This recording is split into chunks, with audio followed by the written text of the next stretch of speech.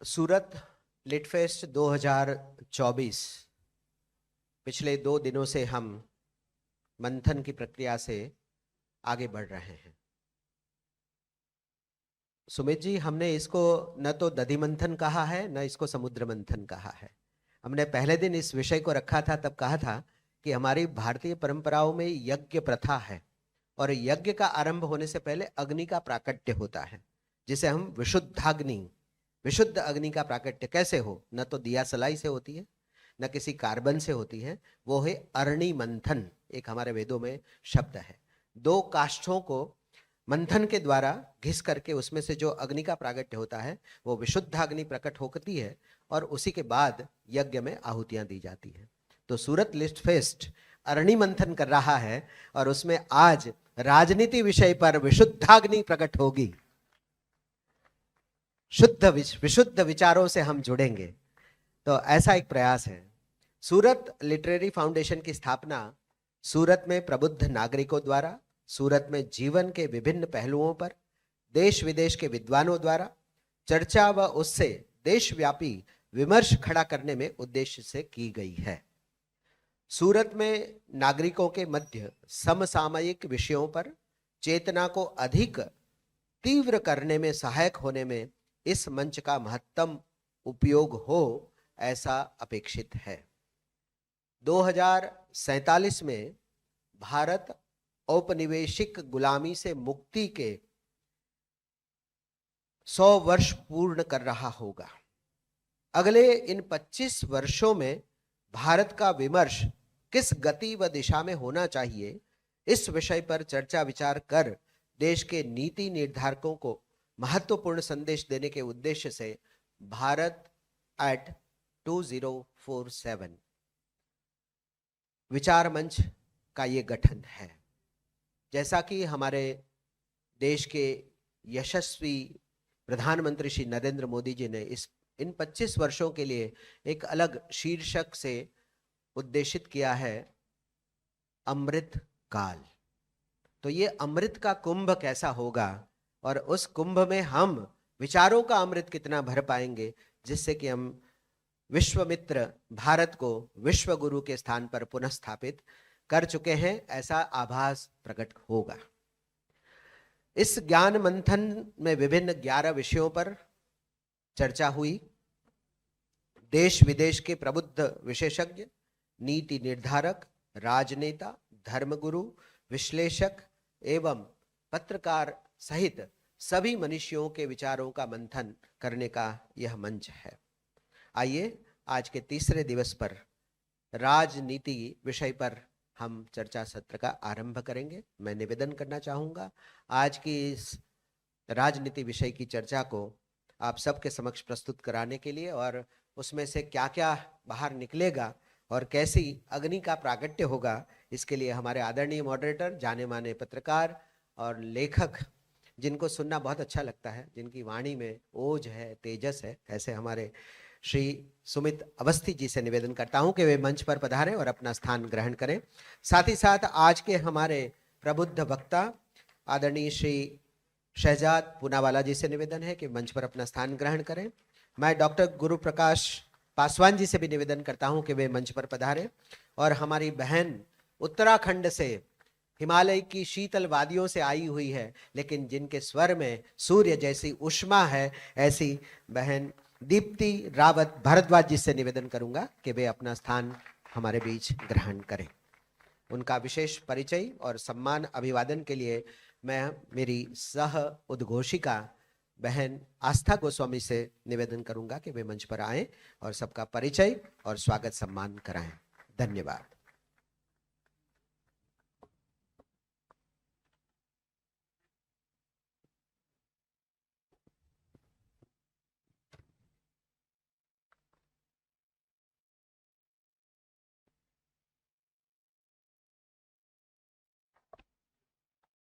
Good morning, everyone.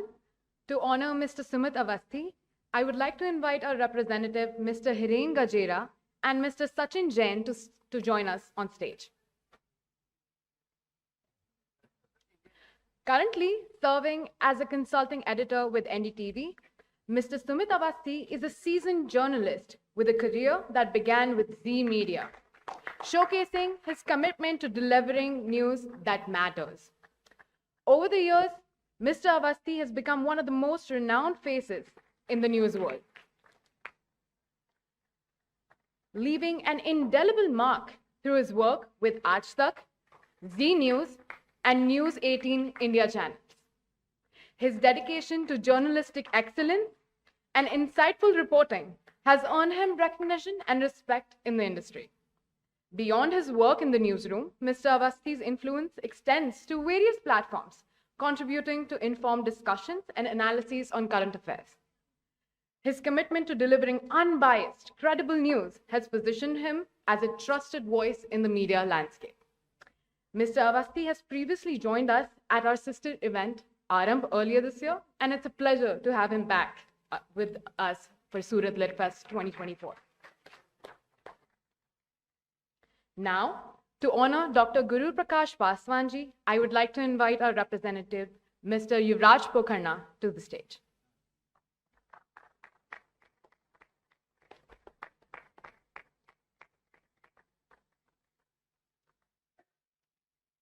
Ladies and gentlemen, it's a pleasure to introduce our next distinguished guest, Dr. Guru Prakash Paswanji.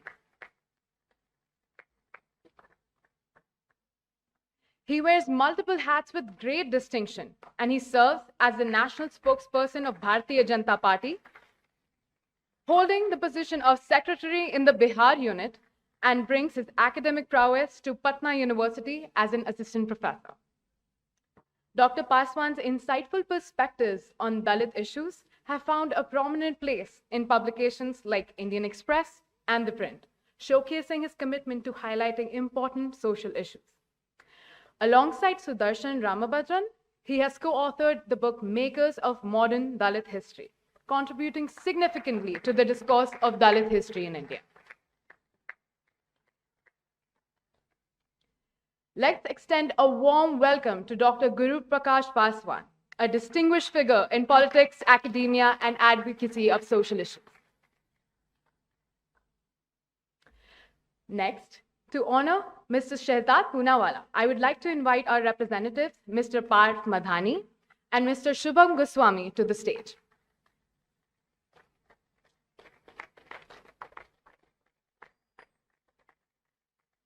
It is truly an honor to introduce a personality who needs no introduction in today's day and age. A man who resides in the heart of the people of Bharat. In his own words, Mr. Poonawalla defines his identity as a blend of cultures and ideologies. His religion is Islam, his culture is Hindu, and his ideology is Indian. He embarked on an active political journey during his college days, and today he stands as a distinguished figure in the political landscape. A lawyer, civil rights activist, and the national spokesperson of Bharatiya Janata Party, he brings a wealth of knowledge and experience to the forefront. His ideological compass is heavily influenced by the principles of our Honorable Prime Minister, Shri Narendra Modi, and a profound perspective on Hindutva. His commitment to India's diverse ethos is truly commendable. Ladies and gentlemen, let's give a warm welcome to Mr. Shehzad Poonawalla, a dynamic personality making a significant impact on the political arena. Now, to honor Deepti Rawat Bharadwaj ji, I would like to invite our representative, Mrs. Ritu Rathi, to the stage.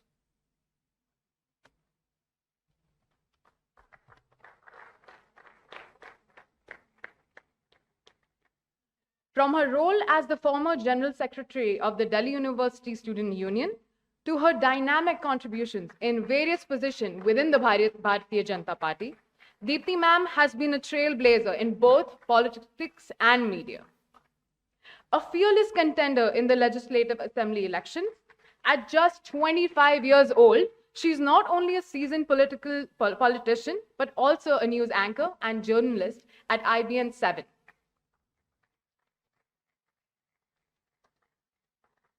Her global perspective extends to representing BJP in international conferences and being a part of the prestigious US government fellowship program.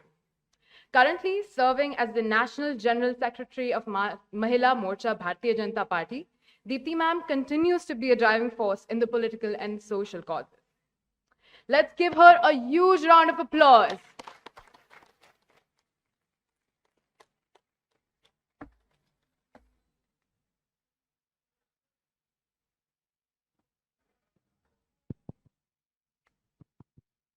Hello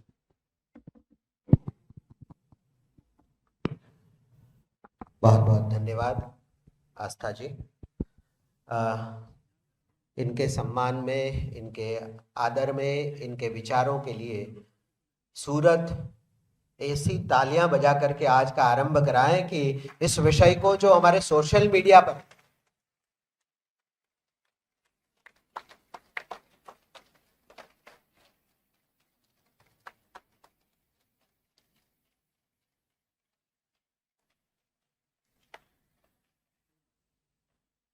ये सिर्फ ताली नहीं थी, यह हमारे भविष्य को जगाने के लिए आपकी एक ध्वनि, आपका एक स्वर है। सुमित जी, मैं आपको यहाँ पर जो ऑडियंस बैठी है वो आपको शायद ऐसा लगेगा कि इतना बड़ा ऑडिटोरियम है, कुछ लोग कम बैठे हुए हैं, कब आएंगे नहीं आएंगे ऐसा, लेकिन मैं आपको बता रहा हूँ कि 2 दिन के हमारी फलश्रुति ये है इस सूरत लिट फेस्ट की कि 50,000 से ज्यादा लोग इस समय ऑनलाइन सोशल मीडिया के माध्यम से इस कार्यक्रम का लुत्फ उठा रहे हैं और उस पर कमेंट्स भी पास कर रहे हैं। तो जब से कोविड आया और दुनिया ऑनलाइन हो गई, तब से ऑफलाइन होना बंद हो गए इसलिए आप चिंता मत करिए, लेकिन जितने हैं एक एक व्यक्ति में एक एक संस्था यहाँ बैठी हुई है, क्योंकि ये डॉक्टर्स हैं, प्रोफेसर्स हैं, लॉयर्स हैं, स्पोर्ट्समैन हैं, यहाँ के राजनीतिज्ञ हैं, पत्रकार हैं, वकील हैं और प्रबुद्ध नागरिक हैं और सूरती हैं। विषय राजनीति 2 शब्दों से बना है, एक जगह राज है और दूसरी जगह नीति है। राज तो बहुत सालों से चल रहा है, कई लोगों का चला भी गया भी, लेकिन नीति के साथ वाला राज अब लग रहा है भारत में शुरू हो चुका है और उसी की चर्चा आज हम करने जा रहे हैं। भर्तृहरि नीति शतक कहता है, देखिए जागृत पत्रकार का कर्तव्य होता है, अगर हमारे देश की किसी बेटी का आभूषण कहीं रास्ते में छूटा हो तो उसे लेकर के उस तक पहुंचा देना। सुमित जी, मैं आपका बहुत बहुत धन्यवाद करता हूं। इतनी पैनी नजर किसकी हो सकती है? पत्रकार की हो सकती है। तालियां बजनी चाहिए, जोरदार तालियां हो जाए आप लोगों की। आइए विषय पर चलते हैं। भर्तृहरि जी ने जो शतक लिखे, इसमें एक नीति शतक भी था, श्रृंगार शतक भी है, आपको पता है श्रृंगार शतक, पर उसकी चर्चा आज हम नहीं करेंगे, वो हमारे फिल्म जगत के लिए छोड़ देते हैं। भर्तृहरि नीति शतक कहता है कि हे राजा, देश के प्रधानमंत्री के लिए नीति शतक में कहा गया, अगर तुम पृथ्वी रूपी गाय को दुहना चाहते हो तो प्रजा रूपी बछड़े का पालन पोषण करो। यदि तुम प्रजा रूपी बछड़े का अच्छी तरह से पालन पोषण करोगे तो पृथ्वी स्वर्गीय कल्पलता की तरह आपको नाना प्रकार के फल देती रहेगी। अब आप बताइए, भारत में 2047 में लोकतंत्र आया ऐसा लोग कहते हैं। भर्तृहरि किस युग में, कितने वर्षों पहले दिनेश जी? तब लिखा था प्रजातंत्र किसे कहते हैं, लोकतंत्र किसे कहते हैं, राजा का कर्तव्य क्या है। यह भारत का सनातन विश्वास आज यहाँ फिर से दोहराया जाएगा। सुमित जी से मैं निवेदन करूं आप सबकी ओर से कि आइए राजनीति का आरंभ करें। धन्यवाद, नमस्कार। बहुत बहुत धन्यवाद। मैं शुरू कर सकता हूँ जी? बिल्कुल, ठीक। एक्चुअली मैं पीठ है ना, तो समझ में नहीं आ रहा कब के पीछे क्या। थैंक यू बहुत बहुत धन्यवाद। सबसे पहले सूरत के आवाम, सूरत की जनता को शुक्रिया, अभिनंदन, नमन। एक बार फिर आपने मौका दिया। इतनी जल्दी सूरत आने के दौरे लगेंगे मैंने उम्मीद नहीं की थी, लेकिन इस प्यार के लिए मैं बहुत दिल से शुक्रिया अदा करना चाहूँगा, धन्यवाद देना चाहूँगा। और वाकई में ये शहर में अद्भुत लगाव है, खिंचाव है, और कहने को मैं दूसरी बार ही आया हूँ, पर ऐसा लग रहा है कि मैं यहीं रहता हूँ, जैसे कहीं गया ही नहीं था। तो बहुत बहुत धन्यवाद इस प्यार के लिए। आप तीनों मेरे मित्र हैं, आप तीनों को मैं कई सालों से जानता हूँ, किसी परिचय के मोहताज नहीं है, पर मंच का डेकोरम ये कहता है कि एक बार औपचारिक तौर पर परिचय हो जाए। हालांकि चारों तरफ आपके पोस्टर लगे हुए हैं शहजाद भाई। शहजाद पूनावाला, सबसे पहले बहुत बहुत स्वागत है शहजाद आपका, शुक्रिया वक्त निकालने के लिए। गुरु प्रकाश पासवान जी, बहुत बहुत स्वागत है आपका एक बार फिर। और दीप्ति मेरी छोटी बहन की तरह है, दीप्ति के साथ हमने साथ काम भी किया है। दीप्ति रावत थी, अब दीप्ति रावत भारद्वाज हो गई हैं, तो उसकी भी आपको बधाई हो। और एक नए दौर पे आप निकल चुकी हैं। आप तीनों लोग भारतीय जनता पार्टी में का पक्ष रखने के लिए टीवी के प्लेटफॉर्म्स पे आपने देखा होगा, कई मंचों पर आपने सुना होगा। जो नॉन टीवी के हैं वहाँ भी जाते रहते हैं, बात करते रहते हैं, पैनलिस्ट हैं, स्पोक्स पर्सन्स हैं। तो हम लोग चर्चा की शुरुआत करना चाहेंगे, क्योंकि विषय इतना बड़ा हमको दे दिया है। कहने को बहुत छोटा लगता है राजनीति कि एक शब्द है, पर यह विषय इतना बड़ा, धीर, गंभीर और इसके इतने पैमाने हो सकते हैं कि मैं समेट ही नहीं पा रहा था कि मैं कैसे, कहाँ से चर्चा को शुरू करूं और हम क्या पाना चाहेंगे इस 1-1.5 घंटे के वक्त में जो हमको दिया गया है।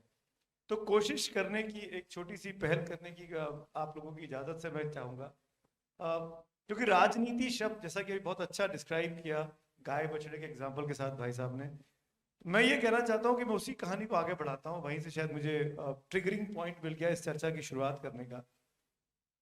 राजनीति सुनकर लगता है ना, राज करने की नीति, राज के साथ एक ऐसा लगता है कि घमंड है, गुरूर है, हम राज कर रहे हैं, हम शासन कर रहे हैं, जैसे दंड चला रहे हैं। जबकि वो राजनीति का दरअसल मतलब वही है जो अभी बताया गया, कि राज्य के लोगों के लिए बनाए गए नियम कायदे, नियम नीतियां क्या होने चाहिए। और राज्य एक व्यक्ति से नहीं बनता है, राज्य बनता है सबसे। राज्य की जो परिस्थितियां होती हैं, भौगोलिक हो गई, सामाजिक हो गई, उसमें बहुत सारे छोटे छोटी चीजें मिलती हैं। उसके बाद जाके आप एक लोगों का समूह बनता है, और उस समूह के लोगों के लिए जो नीतियां बने, जो नियम कायदे बने, और वो सबके लिए एक जैसे हो, और उसका पूरा उद्देश्य ये होता है कि सबका भला हो, समाज का भला हो, और हम सब मिलकर एक साथ एक प्रोग्रेस की दिशा में, विकास की दिशा में, उन्नति की दिशा में एक साथ आगे बढ़े। जो मैं समझता हूँ राजनीति, और राजनीति का एक बहुत ही आसान सा अर्थ रादर, और हो क्या गया है। Let me start this with Deepti, with you. और ये इसलिए नहीं कि आप महिला हैं, मैं महिलाओं को पुरुषों के बराबर मानता हूं, और मैं सिर्फ इसलिए करना चाह रहा हूं क्योंकि परिचय में आपका नाम लास्ट में आया था, तो मैंने सोचा हुआ था कि जिसका नाम लास्ट में आएगा उसके सबसे पहले शुरुआत में वहां से करूंगा। आपकी प्रतिभा को मानते हुए मैं यहीं से शुरू करता हूं। और जैसा कि मैंने कहा, हम जितने भी लोग ऑडिटोरियम में बैठे हुए हैं, और जो भी लोग इसका लाइव कास्ट देख रहे हैं, वेबकास्ट देख रहे हैं, हम में से कोई भी ऐसा व्यक्ति शायद ही हो, मुझे तो नहीं मिला है, कि जो ये सोचता हो कि अपने आने वाली संतान को या अपने बच्चे को बड़ा होकर राजनीति में भेजेगा। वो ये कभी नहीं सोचता है कि उसको अपने इलाके का एक पार्षद बनवाना है, या विधायक बनवाना है, या किसी भी तरीके से वो राजनीति में इन्वॉल्व करना चाहे। आप खुद राजनीति में हैं, आप पत्रकार नहीं, अब आप राजनीति में हैं। हम भी अपने बच्चों के लिए यही सोचते हैं कि कलेक्टर बन जाए, IAS बन जाए, अच्छा टेक्नोक्रेट बन जाए, है ना, अच्छा पढ़ लिख ले, साइंटिस्ट बन जाए। आज भी वही मानसिकता है। तो राजनीति के साथ एक नेगेटिव कॉनोटेशन जुड़ा हुआ है।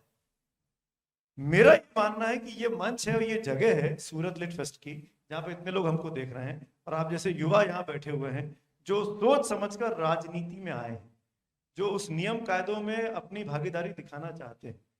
तो let me start you Deepti, इस राजनीति का जो नेगेटिव कॉनोटेशन है, इसको सकारात्मक कैसे बनाया जाए, कैसे हम प्रेरित कर सके यहाँ बैठने वाले तमाम हजारों लाखों लोगों को जो इसको देख रहे हैं, कि वो राजनीति में आकर भी कंट्रीब्यूट कर सकते हैं। उनके पेरेंट्स को कैसे कन्विंस करना चाहिए कि भाई आपका बच्चा अगर राजनीति में आ रहा है, और आजकल ऐसे लोगों की जरूरत है।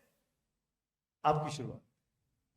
धन्यवाद सुमित जी, और मैं पूरे सूरत वासियों को नमस्कार करती हूँ, नमन। सभी लोग जो यहाँ उपस्थित हैं, जो सोशल मीडिया के माध्यम से इस सेशन को देख रहे हैं, सभी को नमस्कार। और सूरत लिट फेस्ट के पूरे जो आयोजक जिन्होंने इनको ऑर्गेनाइज किया, उनको भी बहुत बहुत धन्यवाद।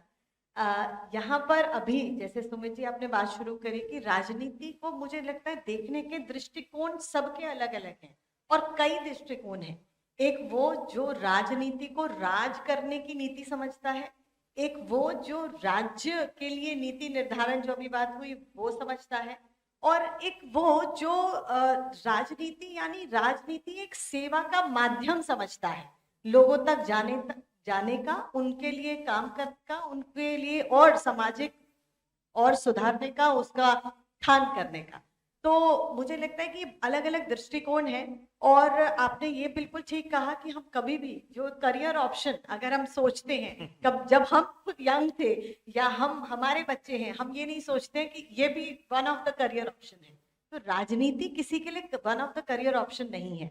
लेकिन मुझे लगता है कि जब आप समाज में जुड़े हैं, क्योंकि मैंने अपनी शुरुआत करी छात्र राजनीति से, मैं यूनिवर्सिटी छात्र संघ में रही, वहां पर जब हम स्टूडेंट लाइफ में थे तो हमें एक शौक था और बड़ी एक कुछ करने का, छात्रों के हितों के लिए बात करने का, यूनिवर्सिटी की जो एडमिनिस्ट्रेशन था उस पर हम अपनी बात रखते थे।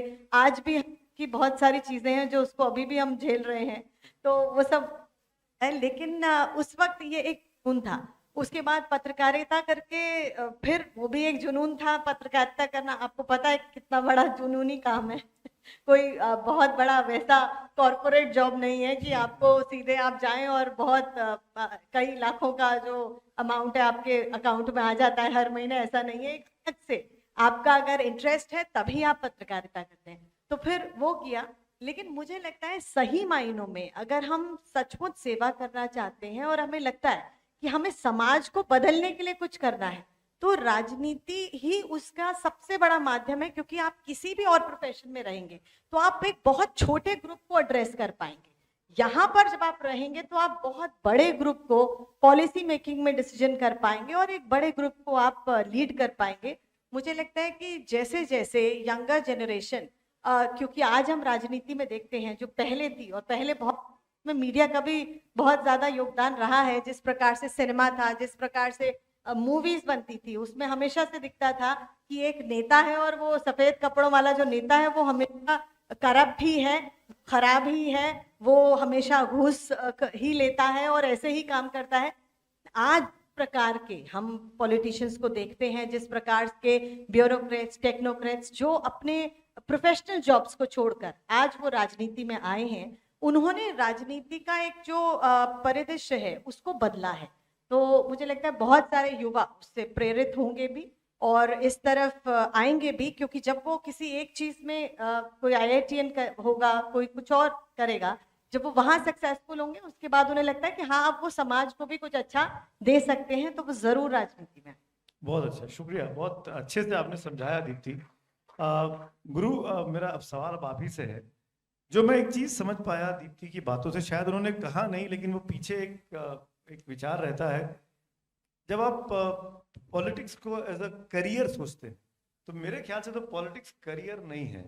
हमको ये नहीं मानना चाहिए कि आज हम पॉलिटिक्स में जा रहे हैं तो कल हमको सीढ़ी चढ़ते हुए अपने, जैसे ऑफिस में होता है ना कि आप असिस्टेंट मैनेजर से डिप्टी मैनेजर हो गए, फिर मैनेजर हो गए, फिर वाइस प्रेसिडेंट हो गए। तो वो सोच, अगर किसी के उस सोच के साथ कोई राजनीति में आ रहा है तो वो उसको नहीं आना चाहिए। मेरा तो पहला मानना ये है। अगर मैं गलत हूं तो मुझे करेक्ट करिएगा, मुझे अपनी बात को का विपरीत रुक जाने में कोई दिक्कत नहीं है। तो क्या राजनीति में रहकर, क्योंकि आप यंगस्टर्स हैं, आप लोग अब अपना सोई करियर प्रोग्रेशन छोड़ के आप लोग सोच समझकर एक पार्टी के साथ जुड़े, एक विचारधारा के साथ जुड़े, तो क्या कहना चाहेंगे आज के युवाओं को कि वो क्यों राजनीति में आए और क्या किस सोच के साथ?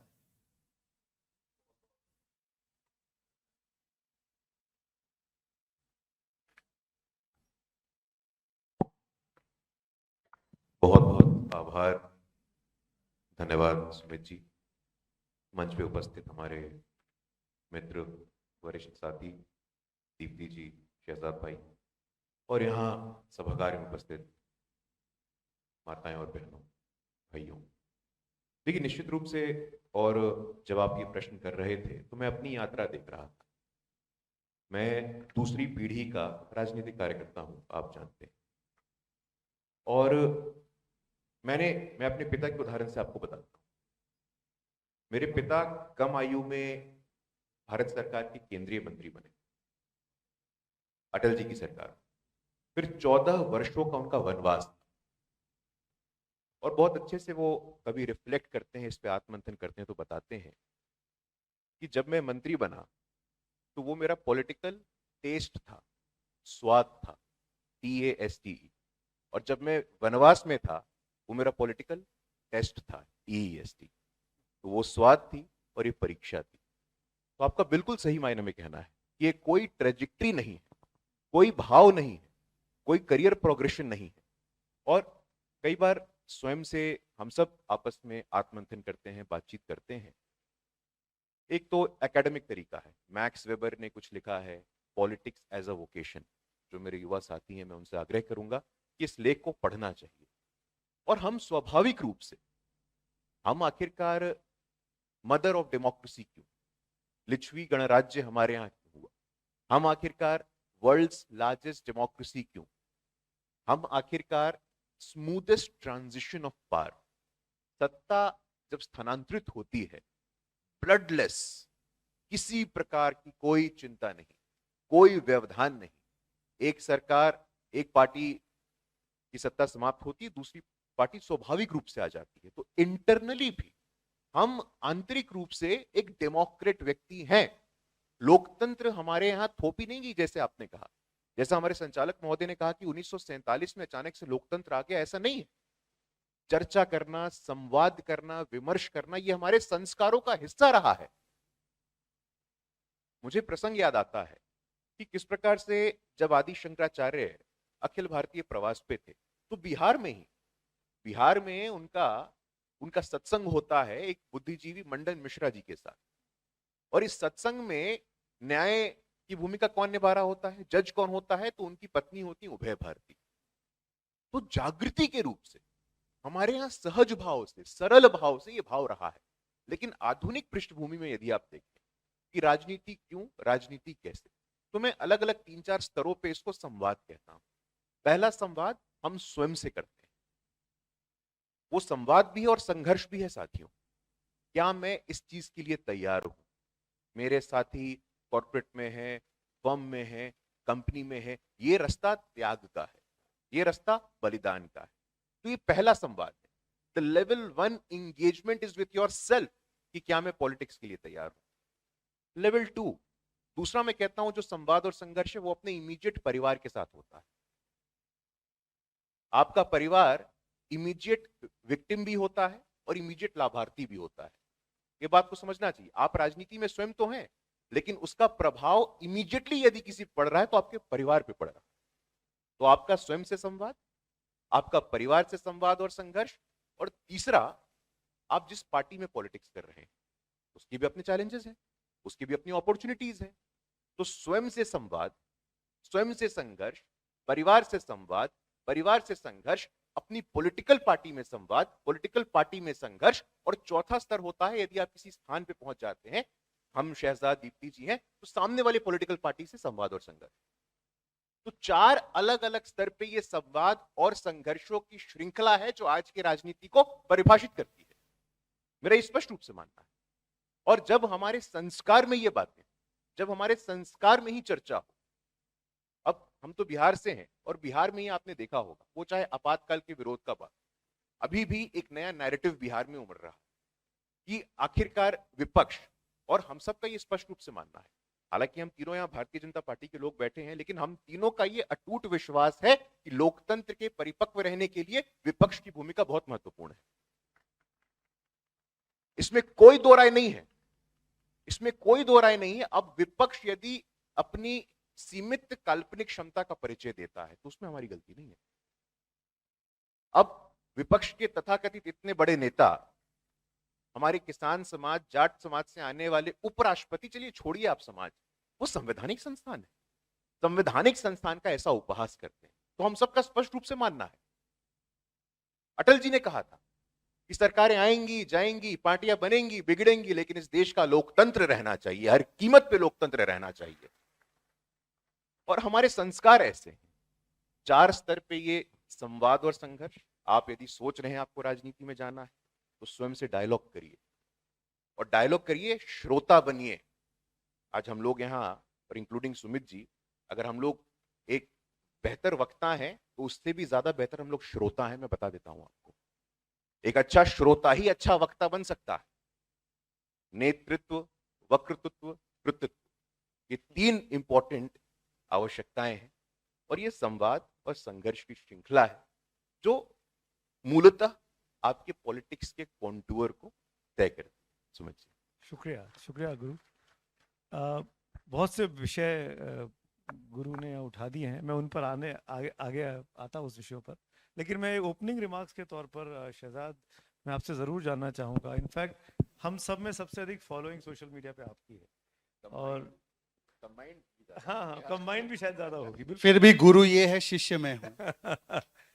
तो आपको सुनने वाले, जानने वाले क्यों, आप कैसे उनको प्रेरित करेंगे? और मैं तो फिर कह रहा हूं कि राजनीति में आने का मकसद ये नहीं होना चाहिए कि हमको ये चीज चाहिए। राजनीति में मतलब सेवा भाव बहुत जरूरी है, और जब तक सेवा भाव नहीं है तो वो मेरे ख्याल से तो राजनीति करना बेमानी है। तो आप किस सेवा भाव के साथ राजनीति में आए, पहले आप अपना एग्जाम्पल दीजिए, ताकि आपके जो इतने लाखों करोड़ों फॉलोअर्स जो आपको देख रहे हैं वो उससे सीखे भी और प्रेरित भी हों। क्योंकि मेरा पूरा कोशिश यही है कि इस मंच से जब हम उठें तो हम लोगों को समझा के जाएं कि राजनीति अच्छी चीज है, आपकी मंशा अच्छी होनी चाहिए। सबसे पहले जय श्री कृष्ण। जय श्री। महात्मा गांधी और सरदार पटेल की इस महान भूमि पर सूरत लिट फेस्ट वालों ने हम सभी लोगों को आमंत्रित किया, तो मैं उसके लिए बहुत बहुत आभार प्रकट करता हूँ। અને મારા માટે તો ઘર વાપસી જેવું જ છે। મારી માં સુરતની છે, હું ગુજરાતનો દીકરો છું, ને ગુજરાતને પોતાને છેલ્લા 10 વર્ષમાં ભારત માટે શું શું કહે છે એ આપણ જોઈ રહ્યા છે। તો मैंने केवल इतना कहा कि गुजरात के 2 लड़कों ने क्या क्या किया है भारत माता के लिए पिछले 10 वर्ष में, ये सभी लोगों ने देखा है। देखिए, ऐसा है कि 2014 के बाद यदि सबसे बड़ा अंतर भारतीय लोकतांत्रिक व्यवस्थाओं में आया है तो वो ये है कि भारत की राजनीति का टेम्पलेट बदल चुका है। हम लोग 1947 में एक लोकतांत्रिक मुल्क बन चुके थे, ऑन पेपर हम डेमोक्रेसी बन चुके थे, पर ये democracy for the elite, by the elite and only of the elite थी। मतलब ये सीमित और संकुचित लोकतांत्रिक व्यवस्था के हम हिस्से थे, जो फॉर द परिवार, बाय द परिवार एंड ऑफ द परिवार था। और 2014 के बाद राजनीति को मुख्यतः राष्ट्र नीति और सेवा नीति के रूप में लाने का काम अगर किसी ने किया है तो वो इस प्रदेश के, इस देश के चाय वाले के बेटे ने किया है। और आज जब हम देखते हैं तो एक पीपल्स डेमोक्रेसी के रूप में हम उभर कर आए हैं, जहां पर एक चाय वाले का बेटा भी वडनगर के स्टेशन पर चाय बेचते बेचते देश के लोकतांत्रिक सर्वोच्च पद पर बैठने की क्षमता रखता है, और क्षमता रखने के बाद देश को आगे बढ़ाने का काम करता है। तो राष्ट्र नीति से वो की जा सकती है, उसका परिचय मिलता है। ये टेम्पलेट बदला है पॉलिटिक्स का। पहले आप देखिए क्या रिलेशनशिप रहता था, और बार बार प्रधानमंत्री मोदी जी ने इसका जिक्र किया है कि हम गवर्नमेंट को एज ए सरकार देखते थे। सरकार किसको बोलते हैं? सरकार किसी ऊंचे पद पर बैठे हुए व्यक्ति को, और सरकार जैसे ही बोलते हैं तो रिलेशनशिप ही जो आ जाता है, रिश्ता जो बन जाता है, वो सरकार मतलब मालिक और नौकर का बन जाता है। जबकि लोकतांत्रिक व्यवस्थाओं में अगर कोई सही मायनों में जनार्दन है, अगर कोई सही मायनों में राजा है, तो वो जनता है, वो प्रजा है। और इसीलिए प्रधानमंत्री नरेंद्र मोदी जी कभी अपने आप को भारत सरकार नहीं बल्कि प्रधान सेवक के रूप में हमेशा बताते हैं। ये मूल सोच में अंतर है, और केवल सोच में नहीं। आपने बात की राजनीति की, मोदी जी ने राजपथ को भी आप देखेंगे तो कर्तव्य पथ, ये केवल नाम बदलने का नहीं विषय है, ये मानसिकता बदलने का विषय है। 7 रेस कोर्स रोड आज लोक कल्याण मार्ग के रूप में जाना जाता है। जिस प्रकार से हम लोगों का अप्रोच टू डेमोक्रेसी बदला है, आज चाहे प्राइम मिनिस्टर्स पोजीशन हो जिसमें कि चाय वाले का बेटा आसीन है, या राष्ट्रपति पद पर एक आदिवासी समाज से आने वाली हमारी देश को गौरवान्वित करने वाली बेटी हो जो आज राष्ट्रपति के रूप में वहां पर आसीन है, या देश के उपराष्ट्रपति जिनका जिक्र मेरे भाई गुरु कर रहे थे, वो ओबीसी समाज से, दबे कुचले वंचित शोषित समाज से आते हैं, वो वहां पर आसीन है। या आप देखिए कि पद्मा अवार्ड भी, जिस प्रकार से आपको याद होगा कि पहले पद्मा अवार्ड, माफ कीजिएगा, कुछ ऐसे लोगों को दिए जाते थे, कुछ ऐसे पत्रकारों को भी दिए जाते थे, और कैसे वो चयन होते थे। आज गरीब से गरीब जो अननोन लोग हैं, जो ग्राउंड पर काम करते हैं, ऐसे लोगों को भी जब पद्मा अवार्ड दिया जाता है तो ये दिखाता है कि people's prime minister, people's president, people's Padma, और ये पीपल्स डेमोक्रेसी के रूप में हुआ है। और यहीं से अंतर होता है कि 2014 से पहले जो राजनीति हुआ करती थी, दरअसल आज हम सेवा नीति और राष्ट्र नीति के कालखंड में हैं। और उसी का मैं आपको एक उदाहरण देता हूं। जब 3 दिसंबर को हम लोगों की 3 राज्यों में बहुत बड़े पैमाने पर जीत हुई, और गुरु शायद आप भी कार्यालय थे उस दिन शायद, या हम लोग सब कार्यालय गए थे क्योंकि प्रधानमंत्री जी का संबोधन था। हमें लगा कि मोदी जी आएंगे तो अब 2024 का हमको कुछ बताएंगे कि अब 2024 में भी कैसे मोदी की गारंटी से। अब यहाँ पे मुझे अद्भुत लग रहा है कि गुजरात असेंबली हो या पार्लियामेंट हो या सूरत लिट फेस्ट हो, विपक्ष को कहीं सीट ही नहीं मिल रही है।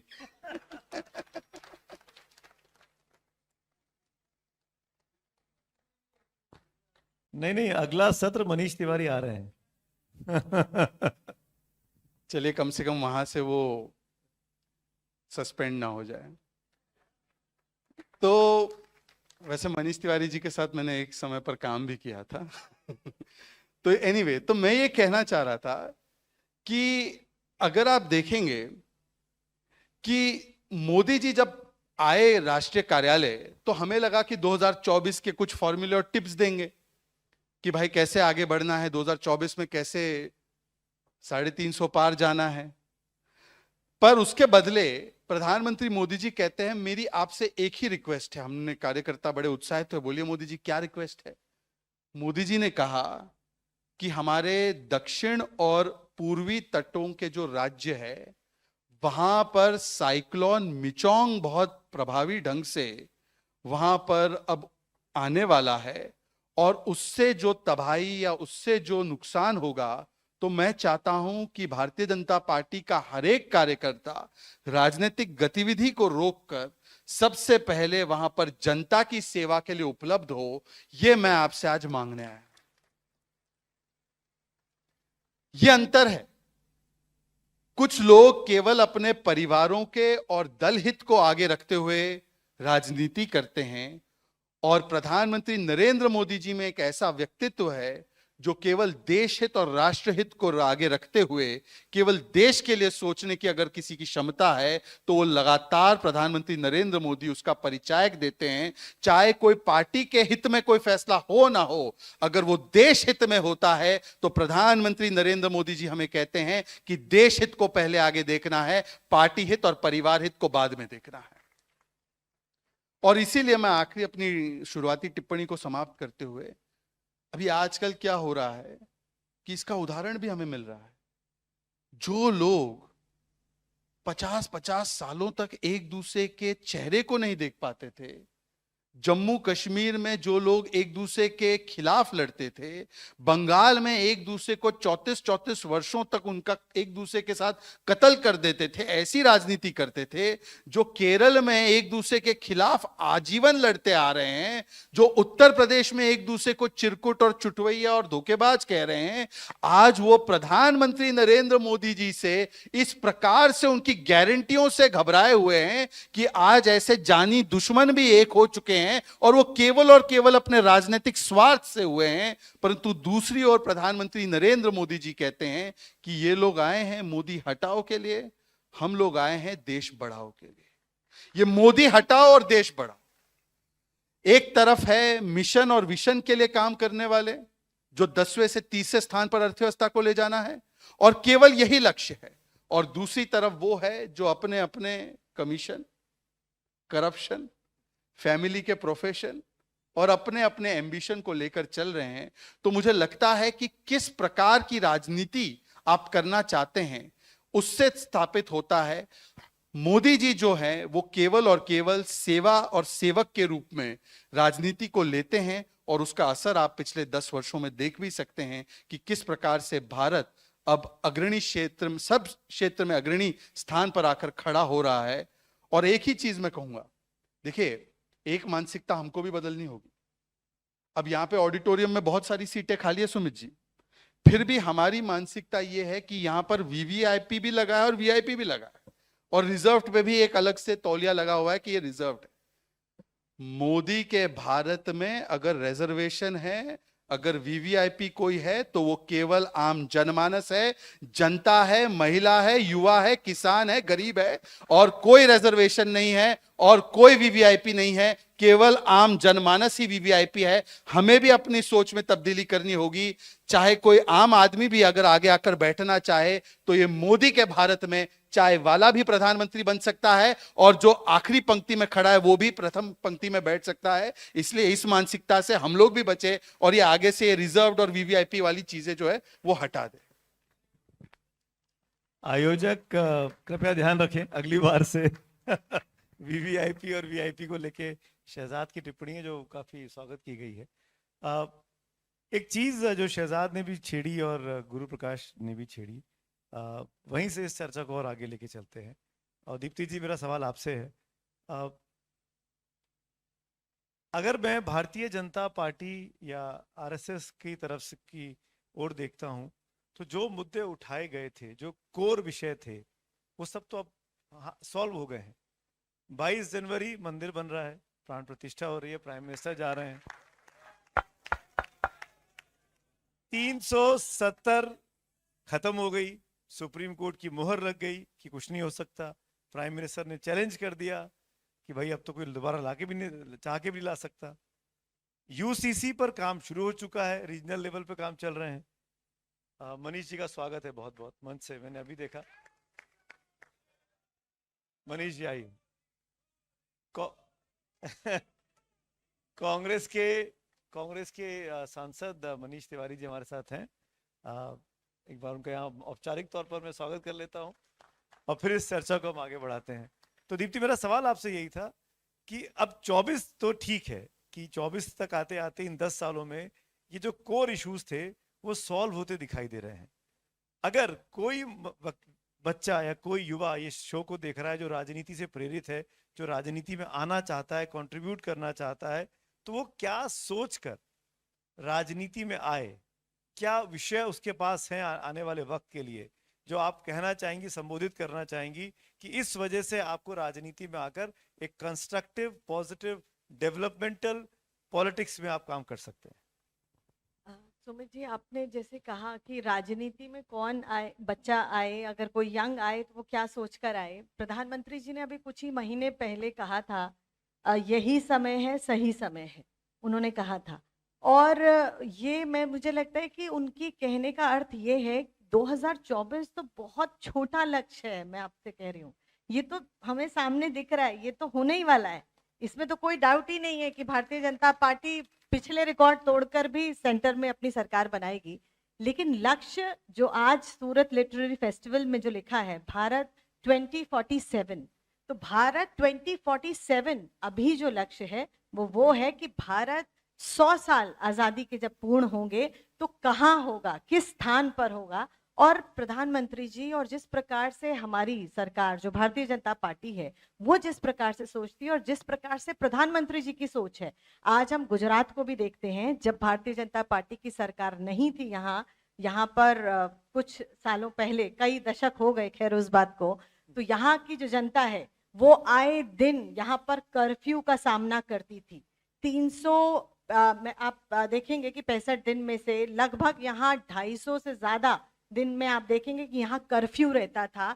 इतना माहौल खराब था इस प्रदेश का। लेकिन जब से यहाँ भारतीय जनता पार्टी की सरकार बनी और लगातार बनी, यहाँ कभी किसी ने कर्फ्यू देखा नहीं है, और मुझे लगता है जो यंग जनरेशन है उसे पता भी नहीं है कि कर्फ्यू कैसा होता था उस वक्त, क्योंकि वो लोग उस टाइम बच्चे होंगे या पैदा भी नहीं हुए थे।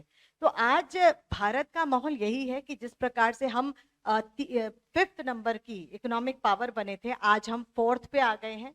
आज प्रधानमंत्री जी का कहना है, और हमारे उनको वो कैसे विश्व पटल पर भारत को आगे लेकर जा रहे हैं, कैसे हम तीसरी इकोनॉमिक पावर बनने के लिए और बहुत शक्ति की जरूरत है, और बहुत हमें जो हमारे युवा हैं उनको स्वरोजगार की जरूरत है, उनको इकोनॉमिकली कैसे वो अपने देश को सशक्त बनाए, कैसे सिर्फ एम्प्लॉयमेंट नहीं, कैसे वो एम्प्लॉयमेंट जनरेशन की ओर काम करें, उसको प्रेरित करने का काम आज प्रधानमंत्री जी करते हैं। कैसे, जैसे हम देख रहे हैं कि स्टार्टअप में भी अगर आप देखेंगे तो उसमें भी तीसरे, अगर पूरे विश्व में देखेंगे तो आज भारत है। मोबाइल मैन्युफैक्चरिंग में अगर देखेंगे तो दूसरे नंबर पे आज भारत है। और जिस प्रकार से हमने कोविड का समय हमने बिताया, तो उस वक्त जब हमने देखा तो कैसे जो पीपी किट जो यहाँ कभी बनता नहीं था, जिसका कुछ पता नहीं था यहाँ पर भारत में, उसके नॉर्म्स आए भी WHO से, और उसके बाद भारत ने बहुत अच्छे पीपी किट मैन्युफैक्चर करने भी शुरू किए। तो मुझे लगता है भारत 2047 में कैसा होगा, उसके लिए आज के युवा को काम करने की जरूरत है। और इस पर एक छोटी सी बात आपसे और कहूंगी, क्योंकि अभी अब पद्मा अवार्ड्स की बात अभी शहजाद भाई भी कर रहे थे। एक हमारे, मैंने एक नाम मुझे उनका याद नहीं आ रहा था तो मैंने निकाला, एक है दरीपल्ली रमैया जी, जिनको की कंजर्वेशनिस्ट हैं, और उन्होंने 1 लाख पेड़ उन्होंने लगाए। तो एक मुझे बताया किसी ने, जो उनके गांव के पास ही कोई व्यक्ति रहता है, तो वो बता रहे कि हम जब उनको पद्मा अवार्ड मिला, हमें पता भी नहीं था ये क्या व्यक्ति हैं, ये क्या काम कर रहे हैं, और अचानक से पद्मा अवार्ड मिल गया उनको। तो ये पीएम ऑफिस में ये खबर थी, लेकिन आसपास वालों को नहीं पता है कि ये व्यक्ति क्या काम कर रहा है। और जब पद्मा अवार्ड मिला और वो लोग, आसपास के लोग उसके पास गए, उस व्यक्ति के पास सम्मान करने के लिए, उनका करने के लिए, तो वो कहते हैं मैं नाराज हूँ। तो कहा कि भाई नाराज क्यों हो, आपको तो पद्मा अवार्ड मिला है, 1 लाख। कह रहे 1 लाख नहीं, मैं 10 लाख पेड़ लगाए हैं। वहां 1 लाख मेंशन हुआ है। तो आप देखिए कि किस प्रकार से जो व्यक्ति ग्राउंड पे काम करता है उसको रिकॉग्निशन आज ऊपर तक मिलता है। उसका क्या क्या संवाद तरीका है आज प्रधानमंत्री जी का। आज हमारे जो एंटरप्रेन्योर्स हैं, जो हमारे जिनको कि प्रधानमंत्री जी कहते हैं, जो स्पेशली एबल्ड हमारे जो लोग हैं, वो सेल्फ जो सस्टेन कर रहे हैं, जो एंटरप्रेन्योर्स हैं, उनके साथ उन्होंने संवाद किया। ऐसे अलग अलग सेक्टर्स में वो जाते हैं, सबसे मिलते हैं, खुद से संवाद करते हैं। शायद ऐसा पहले कभी नहीं हुआ कि कोई प्रधानमंत्री आप डायरेक्टली खुद से संवाद करता हो। दूसरा, आप देखेंगे कि हमारा जो नॉर्थ ईस्ट रीजन है, उसमें पूरे देश आजाद हुए आज 75 वर्ष से ज्यादा हो गए हैं, लेकिन पहले ऐसे प्रधानमंत्री नरेंद्र मोदी जी हैं जो वहां पर सबसे ज्यादा बार नॉर्थ का विजिट अगर किसी ने किया है तो वो नरेंद्र मोदी जी ने किया है, और आज उसको मिनिस्ट्री में लाने का काम किया है तो वो प्रधानमंत्री जी ने किया है। मुझे लगता है ये उद्देश्य हैं जो पूरा करना है हमको आज, क्योंकि पहले तो बहुत स्वतंत्रता संग्राम था, बहुत सारे और उद्देश्य थे। आज है कि भारत को कैसे आगे बढ़ाना है, कैसे विश्व पटल पर हमको नंबर 1 बनना है, वो एक उद्देश्य आज के युवा के पास है, और ये समझकर इस उद्देश्य को लेके युवा राजनीति में आए। तो अभी बहुत काम बाकी है। गुरु, आपने एक बात कही अपने ओपनिंग कमेंट्स में, मैं उसी के साथ सवाल पूछना चाह रहा था, क्योंकि विषय राजनीति है। राजनीति की एक तस्वीर पिछले हफ्ते दिल्ली से आई, जिसका आपने जिक्र किया, उपराष्ट्रपति का की मिमिक्री करना। पर उसकी पीछे की वजह अगर हम जाते हैं कि वो नौबत क्यों आई थी, तो ये कहना है बहुत लोगों का, और ये चीज भी है कि संसद के भीतर जो हुआ 13 दिसंबर 2023 को, वो कभी नहीं हुआ था कि 2 लड़के अंदर चले जाते हैं, बाकायदा पास होता है उनके पास, उनकी फ्रिस्किंग ठीक से नहीं होती है, और उस पर अगर कहीं कोई गलती हुई, चूक हुई, मिसमैनेज हुआ, तो जवाब सरकार से नहीं मांगेंगे तो किससे मांगेंगे? अगर हम गृह मंत्री का बयान की एक्सपेक्टेशन कर रहे हैं हाउस के अंदर, तो हम क्या गलत कर रहे हैं? और गृह मंत्री जब सदन के बाहर बोल सकते हैं तो सदन के भीतर क्यों नहीं बोल सकते हैं? और उसके बाद सदन में जो कुछ हुआ दोनों सदनों में, वो सबने देखा। तो मेरा सवाल है कि राजनीति की जब ये तस्वीर सामने आती है आवाम के सामने, जिसमें प्रोटेस्ट करने का तरीका है, वो प्रोटेस्ट करने का तरीका लाउड है, इलॉजिकल है, वो एक अलग डिबेट का विषय है, उसको आप कैसे संबोधित कर पाएंगे अपने दर्शकों को, अपने युवाओं को, कि क्या संसद को पता होना चाहिए या नहीं पता होना चाहिए, पहली चीज। दूसरी चीज, देश की सुरक्षा की जिम्मेदारी गृह मंत्री के हाथों में होती है, तो गृह मंत्री को बोलना चाहिए, नहीं बोलना चाहिए। और तीसरी चीज, जो विपक्षियों ने किया, 146 सांसदों का सस्पेंशन हुआ 3 दिन के भीतर, ये आप कैसे देखते? नहीं सुमित जी, मैं प्रवक्ता के रूप में इसका जवाब दे सकता हूं, हाँ बिल्कुल। लेकिन मैं प्रवक्ता के रूप में जवाब नहीं दूंगा, क्योंकि ये विषय आपने अच्छा उठाया है। और आपके पुराने प्रश्न पे मैं दोबारा एक बार वापस जाऊंगा, अगर आपकी आज्ञा हो तो। आज वर्तमान में राजनीति, और प्रायः जब हम राजनीति के बारे में सोचते हैं तो हमारे मन में क्या आता है? MLA, MP, MLC. आज राजनीति का स्वरूप बदला है। आज थॉट पॉलिटिक्स, वैचारिक राजनीति जो हम लोग कर रहे हैं, हम लोग अभी किसी सदन में नहीं है, but how can we influence thinking process in the larger think tank circuit. आज बहुत सारे ऐसे थिंक टैंक्स हैं, यूएस में इसके बहुत सारे उदाहरण हमें मिलते हैं। हडसन थिंक टैंक है, भारत में भी थिंक टैंक कल्चर बन रहा है। तो जो आपका पिछला प्रश्न था कि आज के युवा कैसे आकर्षित हों, तो पब्लिक पॉलिसी एक बड़ा डोमेन बन के निकला है। ऑर्गेनाइजेशनल पॉलिटिक्स, संगठन की राजनीति, वैचारिक राजनीति, संगठन की राजनीति और चुनावी राजनीति, जिसका ओरिएंटेशन होता है वो इसमें जाता है। सदन के विषय पे आते हैं। मैं अपने शोध में ही पाया कि बाबा साहेब अंबेडकर ने कहा था दैट देयर आर 3 Ds, 3 ऐसे Ds हैं which are absolutely critical for any functioning democracy. Number 1 is decency, number 2 is discipline, and number 3 is decorum. Discipline, decency और डेकोरम, ये किसी भी संसदीय लोकतंत्र के लिए सर्वोच्च प्राथमिकता वाले आदर्श। And Ambedkar said, and very prophetically he said, that if we don't resort to these methods of constitutional methods of achieving our social and economic goals, हम अपने सामाजिक और आर्थिक महत्वाकांक्षाओं को पूरा करने के लिए यदि संवैधानिक तौर तरीके नहीं अपनाते हैं, then that will be grammar of anarchy। ये बाबा साहेब अंबेडकर के शब्द हैं, number 1। Number 2, I was going through a letter written by the then honorable Prime Minister Jawaharlal Nehru to the Chief Ministers of State।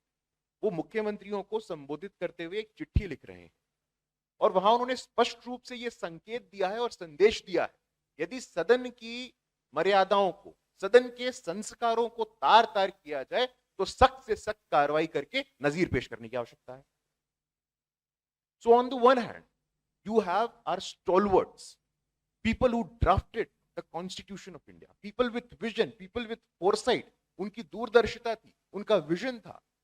वो चेतावनी दे रहे हैं, वो कह रहे हैं इस बात को कि आवश्यकता पड़े तो सदन की मर्यादा को हमें बरकरार रखने की आवश्यकता है। तो जो हुआ उसको इस लाइट में हमें देखने की आवश्यकता है। When we go and revisit our leaders, our chairperson of the drafting committee, people who drafted our constitution। Number 2, अब आप कैसे प्रेसिडेंट्स को सेट कर रहे हैं? हम यहाँ पे बात कर रहे हैं हमारे युवा राजनीति के लिए जो उनके मन में नकारात्मक भाव है उसमें परिवर्तन कैसे लाएं।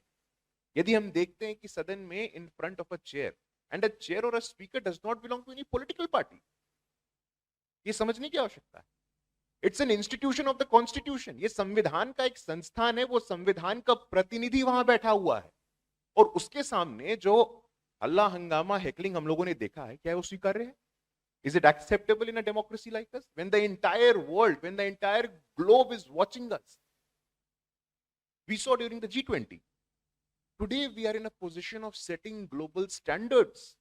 अंतरराष्ट्रीय स्तर पे लोकतंत्र के मानक क्या हो हम वो तय कर रहे हैं। भव्य G20 का आयोजन होता है Sumit ji, and for the first time we saw what was promised to the African Union। पूरे विश्व में भी जो तीसरे राष्ट्रों के समूह में गिनते थे हम जिनको, वो अफ्रीकन यूनियन के 54 देशों को भी पूरे सम्मान के साथ G20 में परमानेंट मेंबर बनाया गया। तो अब बनाया गया है बांग्लादेश हो, this used to be the elite institutions, and the democratization of these elite institutions, like my dear friend Shehzad said, within the country, outside the country, विमर्श का विकेंद्रीकरण, decentralization of discourse, not the perversion of discourse. And that's happening today through thought politics, through organizational politics, through electoral politics. So whatever happened in parliament, जो सदन में हुआ उसको इस पृष्ठभूमि में देखने की आवश्यकता है. हाँ, निश्चित रूप से हमारे यहाँ उदाहरण है, और उस प्रेसिडेंट में नहीं जाना चाहता हूँ 1989 में जो हुआ था, but on multiple occasion I think whatever is supreme इस देश में, इस संविधान में, सदन सर्वोच्च है और उसकी मान मर्यादा पे यदि ऐसे प्रश्न चिन्ह खड़े होंगे तो सख्त से सख्त कार्रवाई लेने की आवश्यकता है, ऐसा मेरा मानना है. धन्यवाद. शहजाद, मेरे ख्याल से आप कुछ बोलना भी चाह रहे थे, ऐसा लगा मुझे गुरु प्रकाश की बात सुन के. चीज जोड़ना चाह रहा था कि इन्होंने अभी अंबेडकर जी के 3D की बात की, डिसिप्लिन, डेकोरम और डिसेंसी. इन्होंने 3D अपनाए हैं, धरना, ड्रामा और डायनेस्टी. इनके 3D वही है. ये इन 3D से बाहर आए तब तो अंबेडकर जी के 3D पर जाए. पर अंबेडकर जी को जिन्होंने 2 बार चुनाव हराया हो और जिन्होंने अंबेडकर जी को कितने वर्षों के बाद भारत रत्न दिया हो, और जब एकाध कोई शोषित वंचित समाज से इनके अध्यक्ष बनते हैं तो किस प्रकार से उनकी दुर्गति की जाती है. सीताराम केसरी जी के बारे में मैं कहना भी नहीं चाहता. अब तो मल्लिकार्जुन खड़गे जी भी जिस स्थिति में है कि उनका नाम प्रपोज भी ममता दीदी करती है तो खारिज कांग्रेस से ही कर देते हैं. पता है उस समय 2 शायरियां निकली जब खड़गे जी का नाम, हालांकि मैं थोड़ा ऑफ ट्रैक हो रहा हूं, जब खड़गे जी का नाम इंडी गठबंधन में दिया गया तो 2 तरह की शायरियां हुई. एक तो शायरी नीतीश बाबू जैसे लोगों ने की कि हजारों ख्वाहिशें ऐसी कि हर ख्वाहिश पर दम निकले, बहुत निकले मेरे अरमा फिर भी कम निकले. और कांग्रेसियों से एक शायरी ये निकली कि प्यास तो गजब की लगी थी, बगल में जहर भरा पानी भी था, पीते तो मर जाते, ना पीते तो मर जाते. बहरहाल आपका सवाल. कमिंग टू द टॉपिक, इस तरह के बीच बीच में आते रहने चाहिए ताकि दिलचस्पी और बनी रहे लोगों की. लेकिन जो बात गुरु प्रकाश ने की, मैं उसी के आगे शहजाद आपके पास आना चाहता हूँ. ये इल्जाम भी लगा विपक्षी बेंचेस से कि क्योंकि आपको 3 क्रिटिकल बिल पास करवाने थे इसीलिए आपने सस्पेंशन करवाया. हालांकि नंबर्स की दिक्कत नहीं है, आपके लोकसभा में नंबर्स हैं, राज्यसभा में नंबर्स हैं, तीनों बिल पास हो जाते, चाहे वो सीसी बिल हो, चाहे वो टेलीकॉम बिल हो, चाहे वो बीएनएस का बिल हो, भारतीय न्याय संहिता के जो तीनों बिल. मेरा कहना ये कि क्या राजनीति, क्योंकि राजनीति विषय है, फिर मैं अंडरलाइन कर रहा हूँ, क्या राजनीति तब ज्यादा सुंदर नहीं दिखाई देती जब दोनों तरफ के पक्षों को हम इन बिल पर चर्चा करते हुए सुन पाते. हम जानते हैं कि विपक्ष का काम विरोध करना है, वो विरोध करके इन बिलों के बारे में कहता और शायद आखिर में वोटिंग के टाइम में वॉकआउट कर जाते क्योंकि नंबर नहीं है उनके पास. पर क्या ये राय जानने का अधिकार नहीं था सदन को, सदन की, क्योंकि हर चीज प्रोसीडिंग्स में आती है, सालों तक याद रहती है, आपकी हिस्सा बन जाती है आर्काइव का, वो चीज मिस हुई क्या? देखिए, सबसे पहले सुमित जी, क्योंकि हमारे बीच में एक माननीय सांसद और देश के जाने माने वकील मनीष तिवारी जी भी बैठे हैं. जो भी निर्णय किया जाता है सरकार सस्पेंशन का निर्णय नहीं लेती. ये निर्णय स्पीकर या उस चेयर पर आसीन जो सभापति जी होते हैं वो हाउस की सर्वसम्मति से ये निर्णय लेते हैं. तो इसीलिए जब 1988-89 में जब बोफोर्स का कालखंड था उस समय पर राजीव गांधी जी की सरकार के जमाने में 63 सांसद सस्पेंड हुए तो वो राजीव गांधी जी ने नहीं करवाए, उस समय के स्पीकर ने करवाए. जब तेलंगाना का बिल पारित होना था और यूपीए की सरकार में 18, कभी 14, कभी 12 सांसद निलंबित किए गए तो उस समय मीरा कुमार जी और जो चेयर पर आसीन वाइस प्रेसिडेंट हामिद अंसारी जी ने किए थे. और वो उनका विवेक भी है और वो उनका कर्तव्य भी है कि हाउस की प्रोसीडिंग किस प्रकार से सुचारू रूप से चले ताकि जो अहम महत्वपूर्ण मुद्दे हैं उस पर सार्थक चर्चा हो.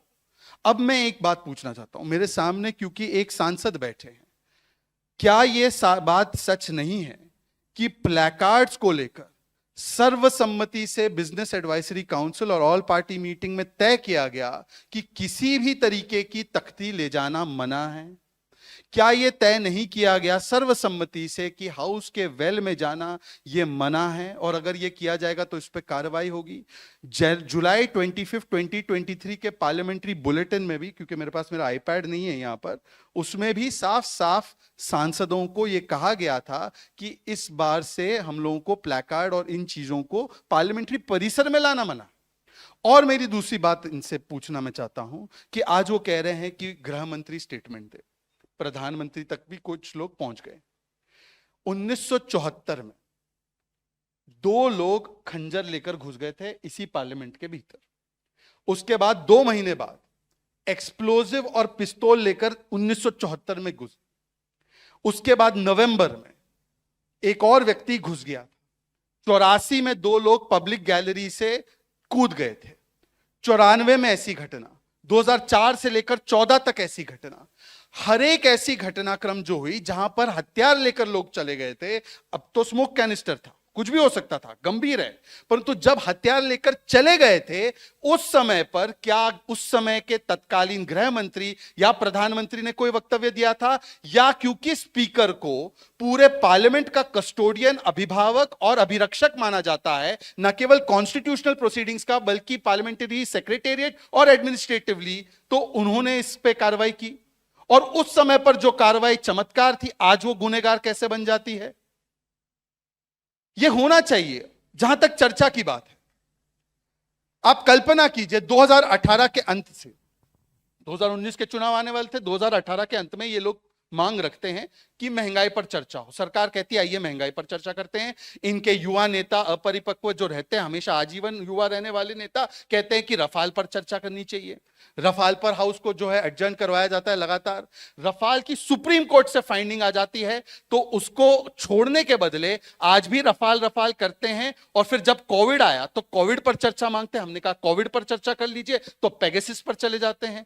पेगासस पर सुप्रीम कोर्ट की फाइंडिंग आ जाती है तो बीबीसी पर चले जाते हैं, हिंडनबर्ग पर चले जाते हैं, उस पर सुप्रीम कोर्ट की फाइंडिंग आ जाती है तो मणिपुर पर आते हैं। मणिपुर में भी देखिए, मणिपुर पर चर्चा मांगते हैं 267 में, 267 रूल में चर्चा मांगी गई। 267 रूल में चर्चा मांगने के बाद कहते हैं कि प्रधानमंत्री सबसे पहले आकर वक्तव्य दे। मुझे 267 रूल में दिखा दीजिए कि कहां पर सरकार को डिबेट ओपन करने का उसमें कहीं पर भी अपॉर्चुनिटी है। प्रधानमंत्री का स्टेटमेंट तो दूर की बात।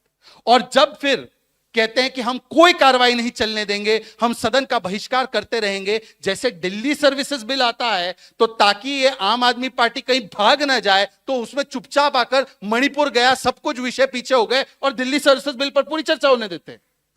ये दोगलापन है, ये डबल स्टैंडर्ड्स है। और जब मणिपुर पर नो कॉन्फिडेंस मोशन के तहत चर्चा होती है तो प्रधानमंत्री का जब वक्तव्य आने आता है तब वो सुनने के लिए बैठते भी नहीं है। तो कौन भाग रहा है पार्लियामेंट से? सवाल यह है कि आपकी राजनीतिक हताशा और निराशा 3 राज्यों को हारने की, और क्योंकि आपकी स्वीकार्यता लगातार कम होती जा रही है, इसका मतलब यह थोड़ी है कि पार्लियामेंट को आप डिस्कशन का नहीं डिसरप्शन का फोरम बना दे, पार्लियामेंट को कंसेंसस का नहीं आप कन्फ्रंटेशन का फोरम बना दे, और पार्लियामेंट में आप राष्ट्र हित नहीं बल्कि परिवार के और देश के हित के बदले दल हित को आगे करें। ये अगर पार्लियामेंट को अगर आप बंधक बनाएंगे तो निश्चित रूप से स्पीकर को जो कार्रवाई करनी है करनी पड़ेगी। और देखिए, अगर ये गंभीर मामला मानते हैं, अब क्या कह रहे थे कि गंभीर मामला है, गृह मंत्री का स्टेटमेंट होना चाहिए। वैसे ऑनगोइंग इन्वेस्टिगेशन में स्टेटमेंट करने की प्रथा इन्हीं लोगों की होती है। 26/11 हुआ नहीं तो हिंदू टेरर पर आरोप लगा दो, समझौता ब्लास्ट हुआ नहीं तो हिंदू टेरर पर इनिशियल स्टेज में आरोप लगा दो, फिर उसके बाद जो निकल कर आता है तो फिर अपना बैक ट्रैक करो। तो ये उनकी प्रथा है। परंतु मुझे एक बात बताइए कि यदि इस मामले को गंभीर आप मानते हैं तो राहुल गांधी कहते हैं कि ये तो बेरोजगार लोग थे, बेरोजगारी की वजह से पार्लियामेंट पर चढ़ाई कर ली। संजय राउत कहते हैं इनके गठबंधन से कि ये तो भूले भटके नौजवान थे। ये अधीर रंजन चौधरी नेता सदन उनके कहते हैं कि ये तो बेरोजगारी की वजह से हो रहा है। मतलब क्या संदेश देना चाह रहे हो कि यदि कोई व्यक्ति को लगे कि राजस्थान में 20% बेरोजगारी अभी उनकी सरकार थी तो क्या असेंबली पर चढ़ाई कर दे? केरल में 12% बेरोजगारी है तो केरल की असेंबली में चढ़ाई कर दे?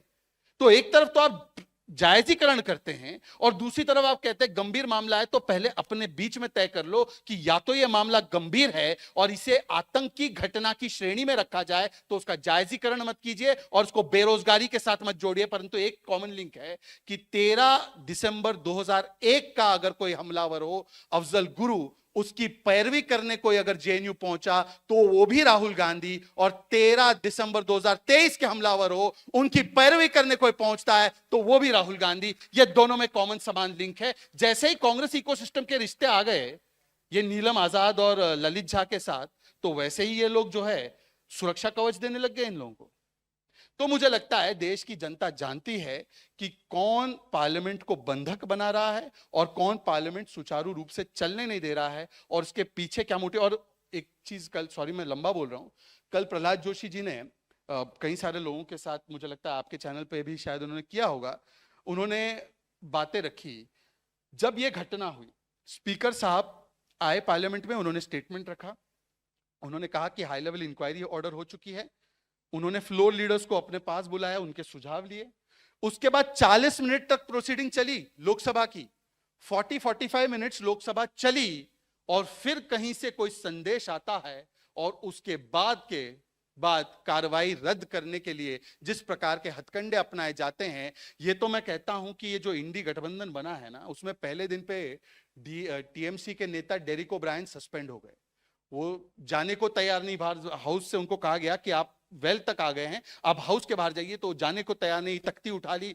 तो अब क्या करे कि कैसे लीड ले, वरना टीएमसी इंडी गठबंधन की नेतृत्व करते हुए दिखाई देगी। तो मोदी जी के विरोध में हम सबसे ज्यादा आगे हैं इस लीड में, तो ये प्रतिस्पर्धा के चलते कि नहीं नहीं मुझे सस्पेंड होना है, नहीं नहीं मुझे सस्पेंड होना है, इस प्रकार की प्रतियोगिता लग गई थी। तो मुझे लगता है इस प्रतियोगिता में यदि वो सस्पेंड होते हैं तो उसका जवाब तो उनसे पूछा जाना चाहिए कि ऐसा रिकॉर्ड इनडिसिप्लिन आपने क्या किया जिसकी वजह से आप सस्पेंड हुए, आपका निष्कासन हुआ। मेरे ख्याल से मनीष भाई सब सुन रहे हैं, अगला सत्र मनीष तिवारी जी के साथ है, तो शायद इन सवालों के जवाब जो आप उठा रहे हैं मिलने चाहिए। मैं कोशिश करूंगा, मैं अपनी तरफ से कोशिश करूंगा, बाकी तो मनीष जी की मर्जी है। लेकिन एक चीज छूट गई पीछे शहजाद, मैं आपसे आपके इस लंबे से वक्तव्य के बाद एक छोटी सी चीज और जानना चाहता हूँ। प्रताप सिम्हा की कोई जिम्मेदारी है बीजेपी सांसद की, जिनके हस्ताक्षर से वो 2 लड़के संसद में गए, और क्या अगर जवाबदेही है तो क्या उनसे पार्टी के भीतर कोई पूछताछ हुई, जानकारी ली गई, स्पीकर के द्वारा पूछा गया कि वो 2 लड़के कौन थे, क्योंकि वो कर्नाटक के लड़के थे जो वहां से मनोरंजन जिनका नाम है वहां से आए थे।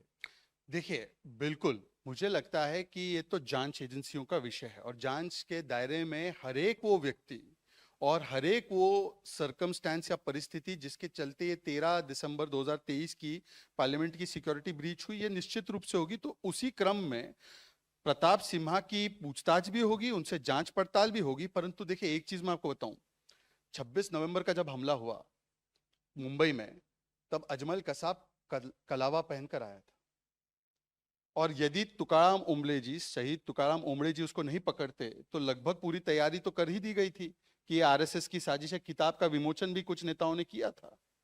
तो मुझे लगता है कि किन परिस्थितियों में ये उनको मिसलीड करके उनके पास बनवाए गए, या उन्होंने अपनी सहमति और स्वीकृति के साथ बनाए, ये तो पूरी जांच का विषय होना चाहिए। हम किसी को डिफेंड नहीं कर रहे हैं, परंतु मुझे बता दीजिए कि बेरोजगारी का कारण बताकर आज इन हमलावरों को भूले भटके नौजवान कहने वाले वो लोग जो है, वो क्यों सुरक्षा कवच प्रदान कर रहे हैं, जब हम तो किसी सांसद तक को नहीं बचाने की बात कर रहे हैं। आप उन हमलावरों को बचाने की जब बात करते हैं तो कहीं ना कहीं ये सवाल मन में उत्पन्न होता है कि ये रिश्ता क्या कहलाता है। ये बात भी की गई गुरु, मैं आप, क्योंकि आप पार्टी के प्रवक्ता भी हैं और इस तरह के डिबेट्स में आप जाते रहे हैं, ये बात सोशल मीडिया पे कुछ लोगों ने की, कुछ सांसदों ने भी की। मुझे नहीं पता टीवी डिबेट्स में बोला कि नहीं बोला, मैं सबको मॉनिटर नहीं कर पाता हूँ, पर मैंने कहीं पढ़ा ये बात कि अगर वो एक खास कम्युनिटी के लोग होते जो संसद में घुसे थे, उनके आगे अली या मोहम्मद लगा होता, तो आज आप पूरे के पूरे उस जमात को बदनाम कर दिया जाता। पर क्योंकि कोई ऐसा व्यक्ति नहीं था, इसीलिए ये नहीं हो पाया। एक इस तरह का नैरेटिव सेट करने की कोशिश की गई। पहला सवाल तो ये, और दूसरा सवाल ये कि जो इस तरह की बातें करते हैं कि हाइपोथेटिकल सिचुएशन को क्रिएट कर देते हैं, दिमाग में एक गलत धारणा को पैदा करने की कोशिश की जाती है, उसका जवाब क्या होना चाहिए? नहीं सुमित जी, बहुत ही उम्दा प्रश्न है, और हमें ये समझना है कि अभी हमारी चर्चा से भी निकल के आया कि पिछले 10-11 वर्षों में जो बुनियादी परिवर्तन हुआ है वो क्या हुआ है। देखिए, पॉलिटिक्स के टॉकिंग पॉइंट्स अब बदल गए हैं। राजनीति में जो प्रायः चर्चा हुआ करती, हम बिहार से आते हैं, आपको पता है क्या समीकरण पे बातें होती। आपने जमात की बात, MY समीकरण, क्या होता है MY समीकरण? असली MY समीकरण तो यहाँ मंच पे बैठा है, महिला भी है, मुसलमान भी है, यूथ भी है। यहाँ गुजरात से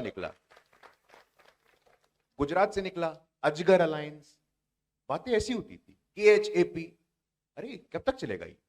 आज भी जो फॉल्ट लाइंस की पॉलिटिक्स है, जिनकी राजनीति जिनके ऊपर अस्तित्ववादी संकट, एग्जिस्टेंशियल क्राइसिस आज मंडरा रहे हैं, वो शुद्ध रूप से फॉल्ट लाइन की पॉलिटिक्स कर रहे हैं, कभी जात के नाम पे, कभी जमात के नाम पे। और मेरा तो स्पष्ट रूप से मानना है, गाड़ी शुरू हुई जमात पे, रुके जात पे, और फिर परिवार पे आके गाड़ी थम गई है। उत्तर से लेकर दक्षिण तक देखिए आप कहते हैं जातिगत जनगणना होगी, हम प्रतिनिधित्व देंगे, हम रिप्रेजेंटेशन देंगे, बहुत प्रमुख मुद्दा है सुमित जी आज के डेट में। आखिरकार उनको लगातार ये पुनर्विचार करने की बात उनके लिए भी है, उनको इस विषय पे आत्मचिंतन करना चाहिए। जितने लोग भी बैठते हैं वहां पे, जम्मू कश्मीर में कौन बैठा है? बाप बेटी बैठे हैं, बाप बेटे बैठे हैं। उत्तर प्रदेश में कौन बैठा है? चाचा भतीजे बैठे हैं। बिहार में कौन बैठा है? तो बाप बेटे बैठे हैं। मैं अखबार पढ़ रहा था पटना में कि लालू परिवार की जो छठी बेटी है वो राजनीति में नामांकन करने आ रही है।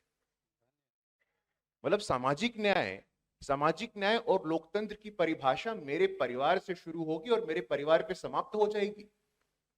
सीएम कौन बनेगा? तो लालू जी बनेंगे। डिप्टी सीएम कौन बनेगा? तो तेजस्वी यादव बनेंगे। एनवायरमेंट मिनिस्टर कौन बनेगा? तो तेज प्रताप यादव बनेंगे। राज्यसभा कौन जाएगा? तो मीसा भारती जाएंगे। एमएलसी कौन बनेगा? तो राबड़ी देवी बनेगी। अरे क्या सामाजिक न्याय है ये? आपके सामाजिक न्याय की परिभाषा क्या, मैं आपसे पूछना चाहता हूं। कल मैं एक कार्यक्रम में था और ये सर्वविदित तथ्य है कि त्रिपुरा से पहली बार कोई व्यक्ति यूनियन काउंसिल ऑफ मिनिस्ट्री में आया, वो प्रतिमा भौमिक है, एक पिछड़ी वर्ग की महिला है जो केंद्रीय मंत्रिपरिषद का हिस्सा बनी है। और आज उनके ऊपर स्वाभाविक रूप से जब आप जमात की बात करेंगे, जब आप जात की बात करेंगे, हमारे तथाकथित संयोजक हैं, स्वघोषित संयोजक हैं इंडिया अलायंस के, क्या कहा था उन्होंने सदन के पटल पे? एक महादलित मूसर समाज से आने वाले व्यक्ति के विषय में उन्होंने कहा था कि तुम मुख्यमंत्री बनने के लायक नहीं थे, तुम योग्य नहीं थे, वो तो हम थे जो हम तुमको बना दिया, हमने एहसान किया तुम्हें बना करके। ये समझ में नहीं आता। आज 3 प्रदेशों की बात हुई, तीनों प्रदेशों में ऐतिहासिक रूप से जो प्रतिनिधित्व मिला है, आज से पहले संभव था क्या? दलित उप मुख्यमंत्री राजस्थान में, दलित उप मुख्यमंत्री मध्य प्रदेश में, और हमें कह दिया जाता है, आप लंबे समय से पॉलिटिक्स को कवर कर रहे हैं, हमें कहा अरे आप ब्राह्मणों बनियों की पार्टी जो कहते हैं जातिगत जनगणना, आपका स्लोगन क्या है और आपका कमिटमेंट क्या है? हमारे विरोधी दल के लोग कहते हैं कि आपकी इतनी प्रदेशों में सरकार है, कितने सचिव हैं? आपकी सरकार थी वहां पे मध्य प्रदेश में कुछ दिनों पहले तक, आपकी सरकार थी राजस्थान में, आपकी सरकार थी कर्नाटक में, एक भी स्टेट गवर्नमेंट में एक भी सेक्रेटरी ओबीसी नहीं था आपका। समस्या यही है कि हम लोगों को भी अध्ययन करने की आवश्यकता है। अभी आपने सीईसी बिल की बात की, देखिए विडंबना है, ये दुर्भाग्य है कि इस देश में, इस लोकतंत्र में चुनाव आयुक्तों की नियुक्ति के लिए कोई कानून ही नहीं बना था। There was no law with respect to appointment of election commissioners, और ऐसे ऐसे लोगों को चुनाव आयुक्त बनाया गया। शाह कमीशन ने कहा था कि Naveen Chawla is unfit to hold any public office. उस नवीन चावला नामक व्यक्ति को 2009 के आम चुनावों के पहले चीफ इलेक्शन कमिश्नर बनाया जाता है, और अब संस्थान खतरे में है, अब संविधान खतरे में है। मैं आपको चुनाव आयुक्तों की सूची दे सकता हूं, सुकुमार सेन से लेकर के नवीन चावला तक। उनके क्या योग्यता थी, उनके संबंध थे, सिटिंग कैबिनेट मिनिस्टर के रिलेशंस में थे वो लोग। नवीन चावला खुद को इंदिरा गांधी का तीसरा सुपुत्र बताते थे, और वो चुनाव आयुक्त बनते हैं, तब सवाल नहीं खड़ा होता है। लेकिन पहली बार 75 वर्षों में ऐसा हुआ है कि इलेक्शन कमिश्नर्स की नियुक्ति में विपक्ष की भी भूमिका होगी, यह अब सुनिश्चित किया गया है सुप्रीम कोर्ट के कहने के बाद। लेकिन उसके बावजूद लोकतंत्र और संविधान अब खतरे में आता है, मेरे समझ में नहीं आता है। आप बैंक का डेटा देखिए, इसी प्रकार से आंकड़ों के आधार पे, तथ्यों के आधार पे, तर्कों के आधार पे जो फॉल्ट लाइंस की पॉलिटिक्स करते हैं, वो जमात की बात करेंगे, वो जात की बात करेंगे, वो हाइपोथेटिकल सिचुएशंस की बात करेंगे। पहली बार सुमित जी जम्मू कश्मीर से एक पसमानदा मुस्लिम व्यक्ति राज्यसभा में आता है, गुलाम अली खटाना, तो अब संभव हुआ है। पहली बार, जैसा कि मेरे मित्र ने कहा कि संविधान के सर्वोच्च स्थान पे एक उड़ीसा के आदिवासी की बेटी बैठती, तो अब बैठती है। दिक्कत क्या है सुमित जी, पता है आपको? दिक्कत यह है कि हमारे विरोधियों की पाचन शक्ति कमजोर हो गई। और क्यों कमजोर हुई है? वो इस बात को पचा नहीं सकते हैं, वो इस बात को बर्दाश्त नहीं कर सकते हैं कि अति पिछड़ी जाति में, सामान्य परिवार में जन्म लिया व्यक्ति इस देश का इतना ताकतवर प्रधानमंत्री बनता है। वो इस बात को पचा नहीं सकते हैं कि उड़ीसा के मयूरभंज में उस महिला ने क्या क्या यातनाएं नहीं झेली है, और क्या क्या कहा गया उनके लिए, किन किन शब्दों से उनको संबोधित नहीं किया गया। आज हमारे काउंसिल ऑफ मिनिस्ट्री का आप अनुपात देखिए, हमारे सांसदों का अनुपात देखिए, 113 सांसद हमारे हैं। तो जातिगत जनगणना की जो बात कर रहे हैं, हमारे यहाँ तो ऑलरेडी 75% में अनुसूचित जाति, अनुसूचित जनजाति, महिला, पिछड़ा वर्ग का प्रतिनिधित्व है। पहली बार किसी पार्टी का राष्ट्रीय अध्यक्ष कोई दलित समाज का व्यक्ति बनता है तो स्वर्गीय बंगारू लक्ष्मण बनते हैं। पहली बार कोई दलित समाज का व्यक्ति लोकसभा का अध्यक्ष बनता है तो जीएमसी बालियोगी बनते हैं। ये विचार करने वाली बात है। जो जात की जमात की बात है, अब टॉकिंग पॉइंट उससे आगे लेकर के जाना होगा। पॉलिटिक्स के कन्वेंशनल डेफिनेशन को बदलना होगा। जैसा कि हमारी बहन ने कहा कि हमारा युवा नौकरी मांगने वाला नहीं, नौकरी देने वाला कैसे बने। Don't be job seekers but be job givers. और पूरे देश को गुजरात से सीखने की जरूरत है ये। तो नंबर 1 टॉकिंग पॉइंट्स के बुनियादी परिवर्तन, और नंबर 2 जात जमात की राजनीति पे पुनर्विचार। ये समय की मांग है। धन्यवाद। दीप्ति आप इस पे एक छोटी टिप्पणी कर सकता हूँ आपके जी, मूल जी। सवाल पे। मुझे कोई दिक्कत नहीं, दीप्ति को जो दिक्कत ना हो। 10 सेकंड मात्र इन्होंने कहा कि क्या अगर वो पार्लियामेंट्री सिक्योरिटी ब्रीच करने वाला कोई मुसलमान होता, ऐसे सवाल एक ही आदमी ने ये सवाल पूछा, उसका नाम है ओवैसी। ओवैसी, जनाब ओवैसी को मैं बोलना चाहता हूँ, सांसद है। हाँ ठीक है, जनाब ओवैसी को मैं बोलना चाहता हूँ कि मुसलमान धर्म से एक बार एक हमलावर आया था और वो 2001 का हमलावर था, अफजल गुरु। और वहां पर किस प्रकार से इस्लाम धर्म से वो है, इसलिए आप लोगों ने एक जमात बनाकर पैरवी की। और आज जब 2023 में जो व्यक्ति आए, किसी ने भी अगर धर्म के आधार पर उनको डिफेंड करने की एक भी उदाहरण पेश की हो, ये अंतर है।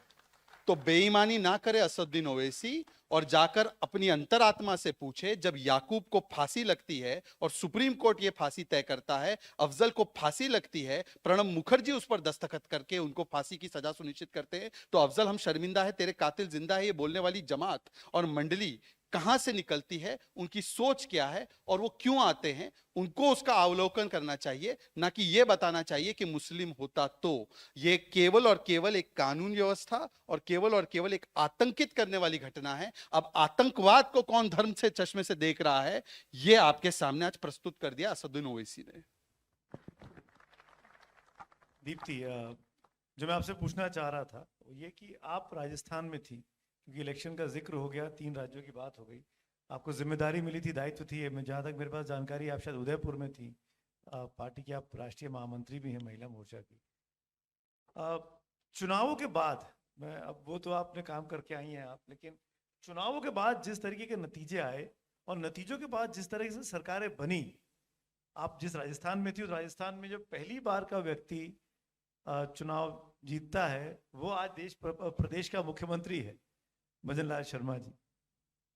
ये शायद किसी ने नहीं सोचा होगा कि पार्टी में एक साधारण सा कार्यकर्ता, मतलब ये एक एग्जाम्पल देखिए, जिस दिन उन्होंने शपथ ली है उस दिन उनका जन्मदिन था। तो पिछले जन्म दिवस पर 15 दिसंबर को उनको नहीं पता था कि अगले दिसंबर को 23 तारीख को मैं प्रदेश का मुख्यमंत्री बन जाऊंगा। तो ये भारतीय जनता पार्टी। हाँ, मतलब ये मैं आपसे पूछना चाह रहा हूँ, इसके 2 रुख हैं कि जो आदमी काम करके जिता के लाया, जिसकी चेहरे पे चुनाव जीता, उसको आपने छोड़ दिया, एक अनजान व्यक्ति को बिठा दिया जिसको कोई नहीं जानता था। क्या आपको लगता है कि पार्टी के अंदर जब एक बार एक फैसला हो जाता है तो सब लोग उसको मानने को बाध्य हो जाते हैं, दिल से स्वीकारते हैं क्या उस फैसले को? पहली बात तो मैं आपसे ये कहूंगी कि वहां पर जिस प्रकार से हमारी जीत हुई और जिस प्रकार से मुख्यमंत्री जी का नाम अनाउंस हुआ, वो भारतीय जनता पार्टी में बहुत आजकल लगता रहता है कि क्या निर्णय हो रहा है, कौन बन रहा है। शायद किसी भी व्यक्ति को नहीं पता होता है कि क्या होने वाला है, किसका आपको नाम भी नहीं आएगा। पता था? नहीं, किसी को नहीं पता था। हमें जो बने हैं उनको भी नहीं पता होगा, मुझे तो ऐसा लगता है। हाँ, कम से कम हाँ। तस्वीर में ऐसी तो सबसे पीछे की रो में बैठे नहीं, सिर्फ विधायकों को पता था, विधायक तय करते। हाँ, लेकिन लेकिन मैं आपसे एक चीज कहूंगी कि हम लोग, जब आप कह रहे हैं कि मुख्यमंत्री का चेहरे पे, जिन पे चुनाव लड़े, तो पहली बात तो राजस्थान में कोई चेहरे पे और किसी भी प्रदेश में हम किसी चेहरे पे चुनाव नहीं लड़े। हम भारतीय जनता पार्टी कमल के फूल पर और मोदी जी पर विश्वास करके लोगों ने वोट किया है भारतीय जनता पार्टी को। तो पहली बात तो हम किसी के चेहरे पे हमने वोट मांगा नहीं और ना किसी चेहरे को वहां प्रमोट किया। और जिस व्यक्ति को हमने मुख्यमंत्री वहां पर जो बने हैं आज, वो ऐसा नहीं है कि अभी पार्टी में आए हैं, वो लगातार 4 बार के महामंत्री हैं। लगातार बहुत बड़ी बड़ी जिम्मेदारियां उन्हें प्रदेश में मिली और उन्होंने बखूबी उन जिम्मेदारियों को निभाया भी है। और इस वक्त भी उनकी तैयारी बल्कि कहीं और से थी, फिर वो जहां से उनको चुनावी टिकट दिया गया वो वहां से अच्छे मार्जिन से जीत कर आए, तो वो चुनाव भी जीते, वो संगठन में भी अच्छा काम कर रहे थे कई वर्षों से, कई दशकों से। मुझे लगता है पार्टी यही देखती है कि कैसे नई लीडरशिप को डेवलप किया जाए और कैसे नए लोग यहाँ पर आए। और ऐसा मुझे लगता है देश भर में हम देखते ही हैं। ऐसे ही मेन स्ट्रीम में किस तरीके से आज आपको यहाँ युवा लोग दिख रहे हैं, कैसे ये मेन स्ट्रीम में भारतीय जनता पार्टी के विचार को रखते हैं, कैसे मैं संगठन के तौर पर महिलाओं पे में काम करती हूँ, हम लोग काम करते हैं। और जैसा एग्जाम्पल आपने दिया, मैं एक एग्जाम्पल और देती हूँ कि हमारी राज्यसभा की सांसद हैं पैंगनॉन कोन्याक, वो आती हैं नागालैंड से। तो आप ये समझिए कि नागालैंड में केवल एक सीट राज्यसभा की हमारे पास है, और उस एक सीट पर भी वहाँ का जो लोकल जो लोग हैं वो वहाँ पर पंचायत में भी महिलाओं के लिए आरक्षण करना नहीं चाहते हैं, जबकि बाकी सब जगह 33%, 50% का आरक्षण है पंचायतों में, नागालैंड में नहीं है, लोकल पार्टी नहीं चाहती।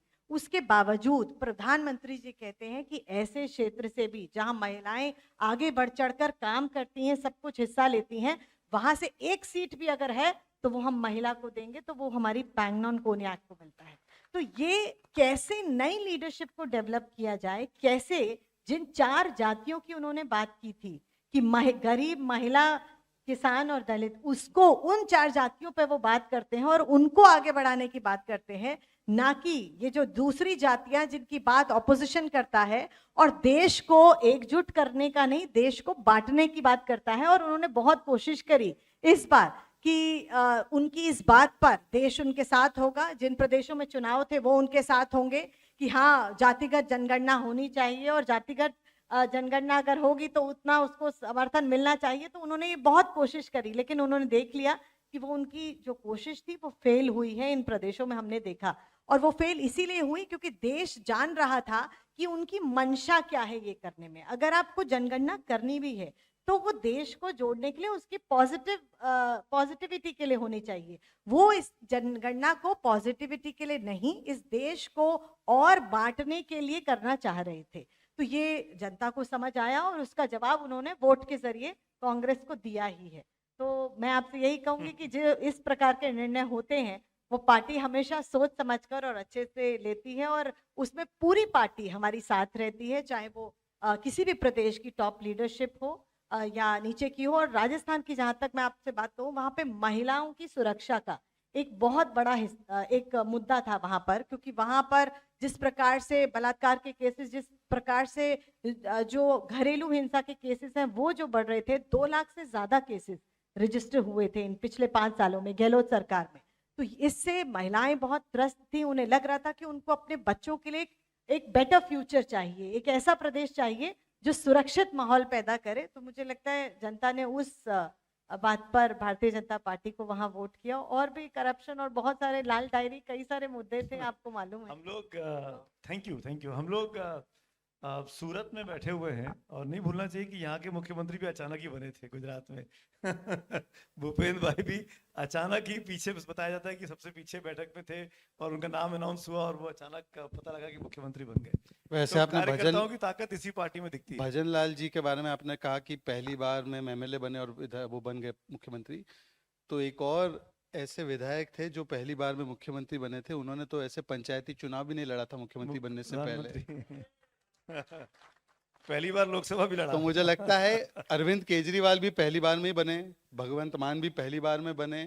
हम लोगों की क्या है ना, हम लोगों को लगता है 2014 के बाद ही सारी जो चीजें शुरू हुई है, इसलिए हर पैमाने को 2014 के उस पे ही नापते हैं। ऐसे कई उदाहरण रहे हैं कि पहले बार विधायक बनने वाले लोग मुख्यमंत्री बने हैं और उन्होंने भी उत्कृष्ट सेवाएं दी है।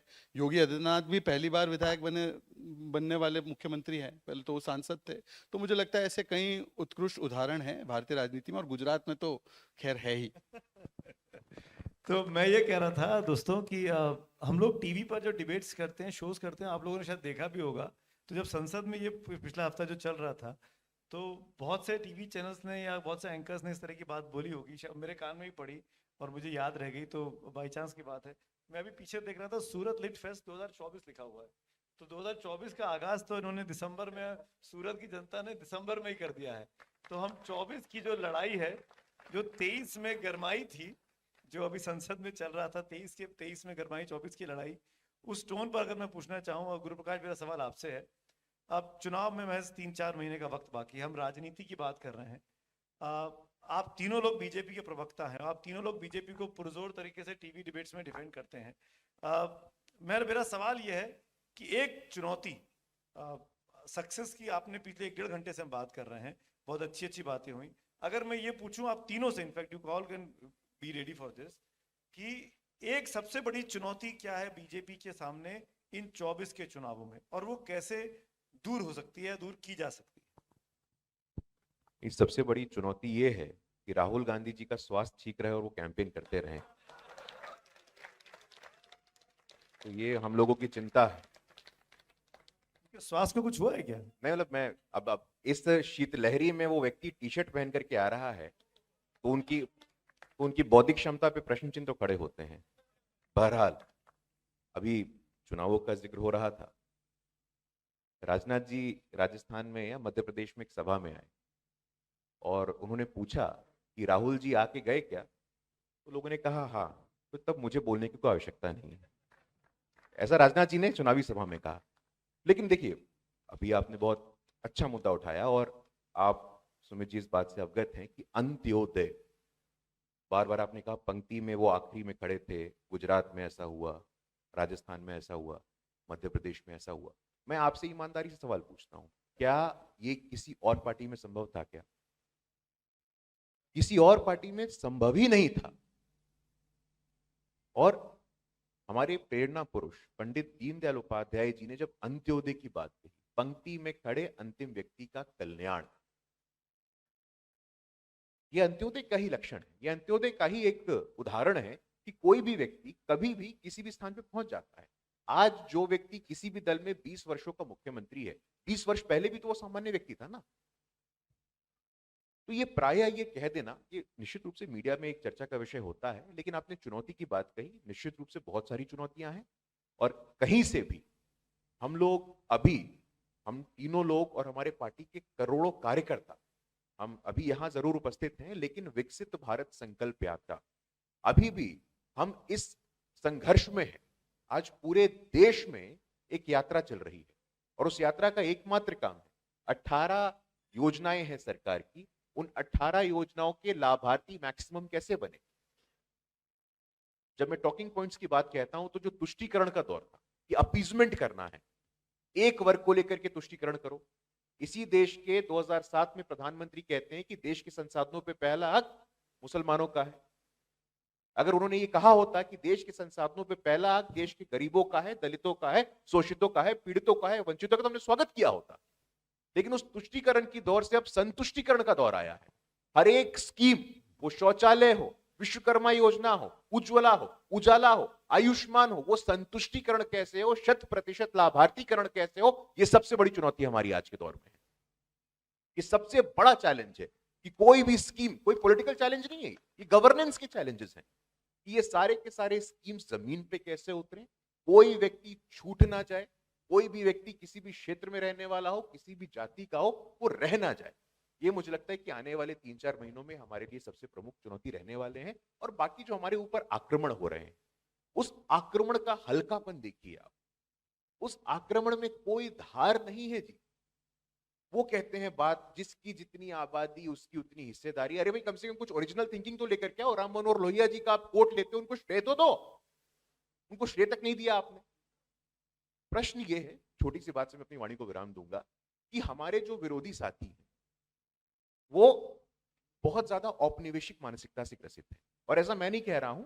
26 मई 2014 को इंग्लैंड का अखबार है गार्डियन, उस गार्डियन अखबार ने 26 मई 2014 को अपने संपादकीय में लिखा था, कि उस संपादकीय के शब्द हैं कि finally 26 May 2014 is the day when the British finally left India. 2014 26 मई का वो दिन है कि फाइनली अंततोगत्वा ब्रिटिश राज भारत से समाप्त हुआ है।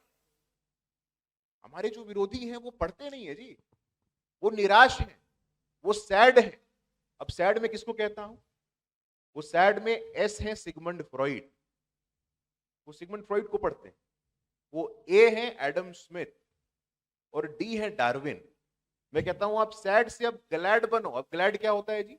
तो जी से गांधी, एल से लोहिया, ए से अंबेडकर और डी से पंडित दीनदयाल उपाध्याय पढ़ो, तब आप सैड से ग्लैड हो गए। औपनिवेशिक मानसिकता से कैसे निकलो? गांधी का सर्वोदय, दीनदयाल का अंत्योदय, अंबेडकर का अभ्युदय, इसको पढ़ोगे तो मुझे लगता है कि कोई मार्ग आपको दिखेगा। धन्यवाद। एक बात, छोटा सा सवाल आप ही से गुरुप्रकाश। ये सैड और ग्लैड बता रहे, मैड ज्यादा लग रहे हैं मुझे। मैं ये सवाल इसलिए गुरुप्रकाश से पूछ रहा हूँ क्योंकि ये सवाल क्या जवाब मेरे ख्याल से गुरुप्रकाश को ही देना चाहिए। डायनेस्टी की बात करते हैं, आप खुद, आपके पिताजी भारतीय जनता पार्टी के कार्यकर्ता रहे, आपको अब बीजेपी में आगे बढ़ रहे हैं, तो जब डायनेस्टी की बात उठाई जाती है और आपको जब उसको डिफेंड करना पड़ता है तो एग्जाम्पल दिया जाता है पीयूष गोयल साहब का, एग्जाम्पल दिया जाता है अनुराग ठाकुर का, एग्जाम्पल दिया जाता है राजनाथ सिंह और पंकज सिंह का।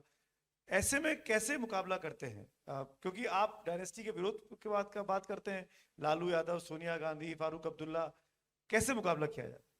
नहीं, देखिए, तथ्यों के आधार पे, तर्कों के आधार पे, ना तो मेरे पिता इस पार्टी के प्रदेश अध्यक्ष रहे ना राष्ट्रीय अध्यक्ष रहे, लेकिन दुनिया की कोई ताकत अगर मुझे प्रतिभा होगी, मैं इस पार्टी का प्रदेश अध्यक्ष भी बन सकता हूं, राष्ट्रीय अध्यक्ष भी बन सकता हूं, सीएम भी बन सकता हूं, पीएम भी बन सकता हूं।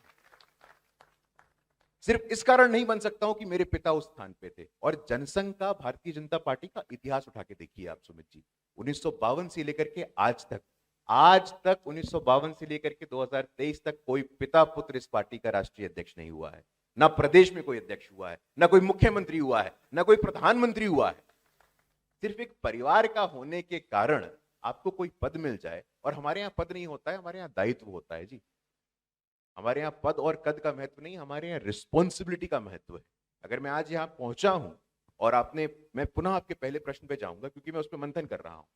मेरे पिता ने भी ये शर्त रखी कि अगर तुम्हें राजनीति करनी है तो अपने रोजगार को पहले सुनिश्चित करो। आज मैं पिछले 5 वर्षों में पटना विश्वविद्यालय में असिस्टेंट प्रोफेसर हूं, लॉ डिपार्टमेंट में, और उसके बाद मैं राजनीति में आया हूं। मैं राजनीति यहाँ रोजगार के लिए नहीं आया हूं, राजनीति में पैशन के लिए आया हूं, विचारों के लिए आया हूं, और आप भली बात ही जानते हैं। इसीलिए सिर्फ किसी का पुत्र होना, किसी की पुत्री होना, किसी का भतीजा होना, ये राजनीति में होने का कोई क्वालिफिकेशन नहीं होता। लेकिन अगर आप में प्रतिभा है, अगर आप में मेहनत करने की क्षमता है, अगर आप में पराक्रम है, भारतीय जनता पार्टी में पराक्रम है, परिक्रमा नहीं है। धन्यवाद। शहजाद, इसी से जुड़ा एक सवाल शहजाद आपके लिए है। एक तो जो चुनौती वाली बात है, मैं चाहूंगा कि आप उसको जरूर एड्रेस करें कि क्या चुनौती है और कैसे निपटा जाए। और उसी से जुड़ा हुआ एक चीज और, क्योंकि मैं ये आप ही से पूछ सकता हूँ, दोनों से नहीं पूछ सकता हूँ। आप कांग्रेस से बीजेपी में आए, हम तब से आपको जानते हैं। मैंने शहजाद को पार्लियामेंट के दिनों में कवर किया है जब यूपीए की सरकार हुआ करती थी। तो शहजाद, क्या अंतर है, पहली चीज इसको जरूर समझाइएगा, और कैसा लग रहा है? हालांकि अब तो काफी वाकया हो गया, काफी अरसा हो गया, अच्छा ही लग रहा होगा, लेकिन तब भी समझाइए कि क्या अंतर है, ताकि ज्यादातर लोग जो देख रहे हैं उनको समझ में आए। दूसरे वाले का जवाब पहले देता हूं, फिर चुनौती As you करता wish. हूं। कांग्रेस और भारतीय जनता पार्टी में मूल अंतर यह है कि कांग्रेस पार्टी में परिवार ही पार्टी है और भारतीय जनता पार्टी में पार्टी ही मेरा परिवार है। यह परिवार ही पार्टी होना और पार्टी को परिवार के रूप में देखना, इसमें बहुत अंतर है। और यह अंतर मैं आपको बताता हूं। आप लोग अन्यथा मत लेना, कबीले के बारे में सुने कभी? कबीला क्या होता है? अफगानिस्तान में बड़े बड़े कबीले होते हैं, और बड़ा कबीला होता है, उसके तहत छोटे छोटे छोटे कबीले होते हैं, और जब भी उन कबीलों में झगड़ा हो जाता है बड़े कबीले के पास चले जाते हैं। वहां पे कोई लोकतांत्रिक व्यवस्था नहीं है, वो केवल एक फ्यूडल माइंडसेट की तरह है। कांग्रेस पार्टी एक कबीला है। कांग्रेस इज लाइक कबीला, वो एक पारिवारिक कबीला है। उसमें देखिए छोटे छोटे छोटे छोटे कबीले, एक तो ऊपर है वाड्रा कबीला, नेहरू गांधी वाड्रा कबीला, उसके बाद है दिग्विजय सिंह का कबीला, कमलनाथ का कबीला, पायलट का कबीला, इसका कबीला, उसका कबीला। हर जगह पर ऐसे छोटे छोटे छोटे कबीले हैं, और इन कबीलों में सहमति है, आम सहमति है कि तुम्हारे कबीले के नॉन परफॉर्मेंस पे हम सवाल नहीं पूछेंगे, हमारे कबीले के नॉन परफॉर्मेंस पे तुम सवाल मत पूछो। तो दोनों में बहुत आम सहमति बनी हुई है। इसीलिए आप देखिएगा, अब ये 3 राज्य चुनाव हारे, लोकसभा के चुनाव हारे, वो 2 बार लोकसभा चुनाव हारे। कोई प्रियंका जी से कोई कबीला उनसे जवाबदेही नहीं मांग रहा, राहुल से नहीं मांग रहा, सोनिया से भी नहीं मांग रहा, और सोनिया, राहुल, प्रियंका इनसे भी नहीं मांगेंगे।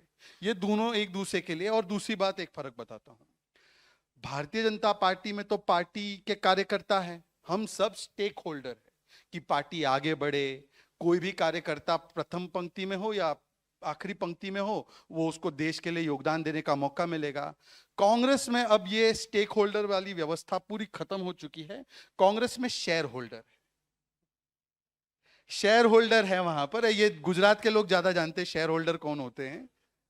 आपने देखा एक शेयर होल्डर के यहाँ 350 करोड़ मिले हैं, अब पूरे देश में चंदा मांगते घूम रहे हैं, भाई उसी से मांग लो है ना। तो ये शेयर होल्डर है। ये देखते हैं कि हमारा शेयर कब आएगा सत्ता में।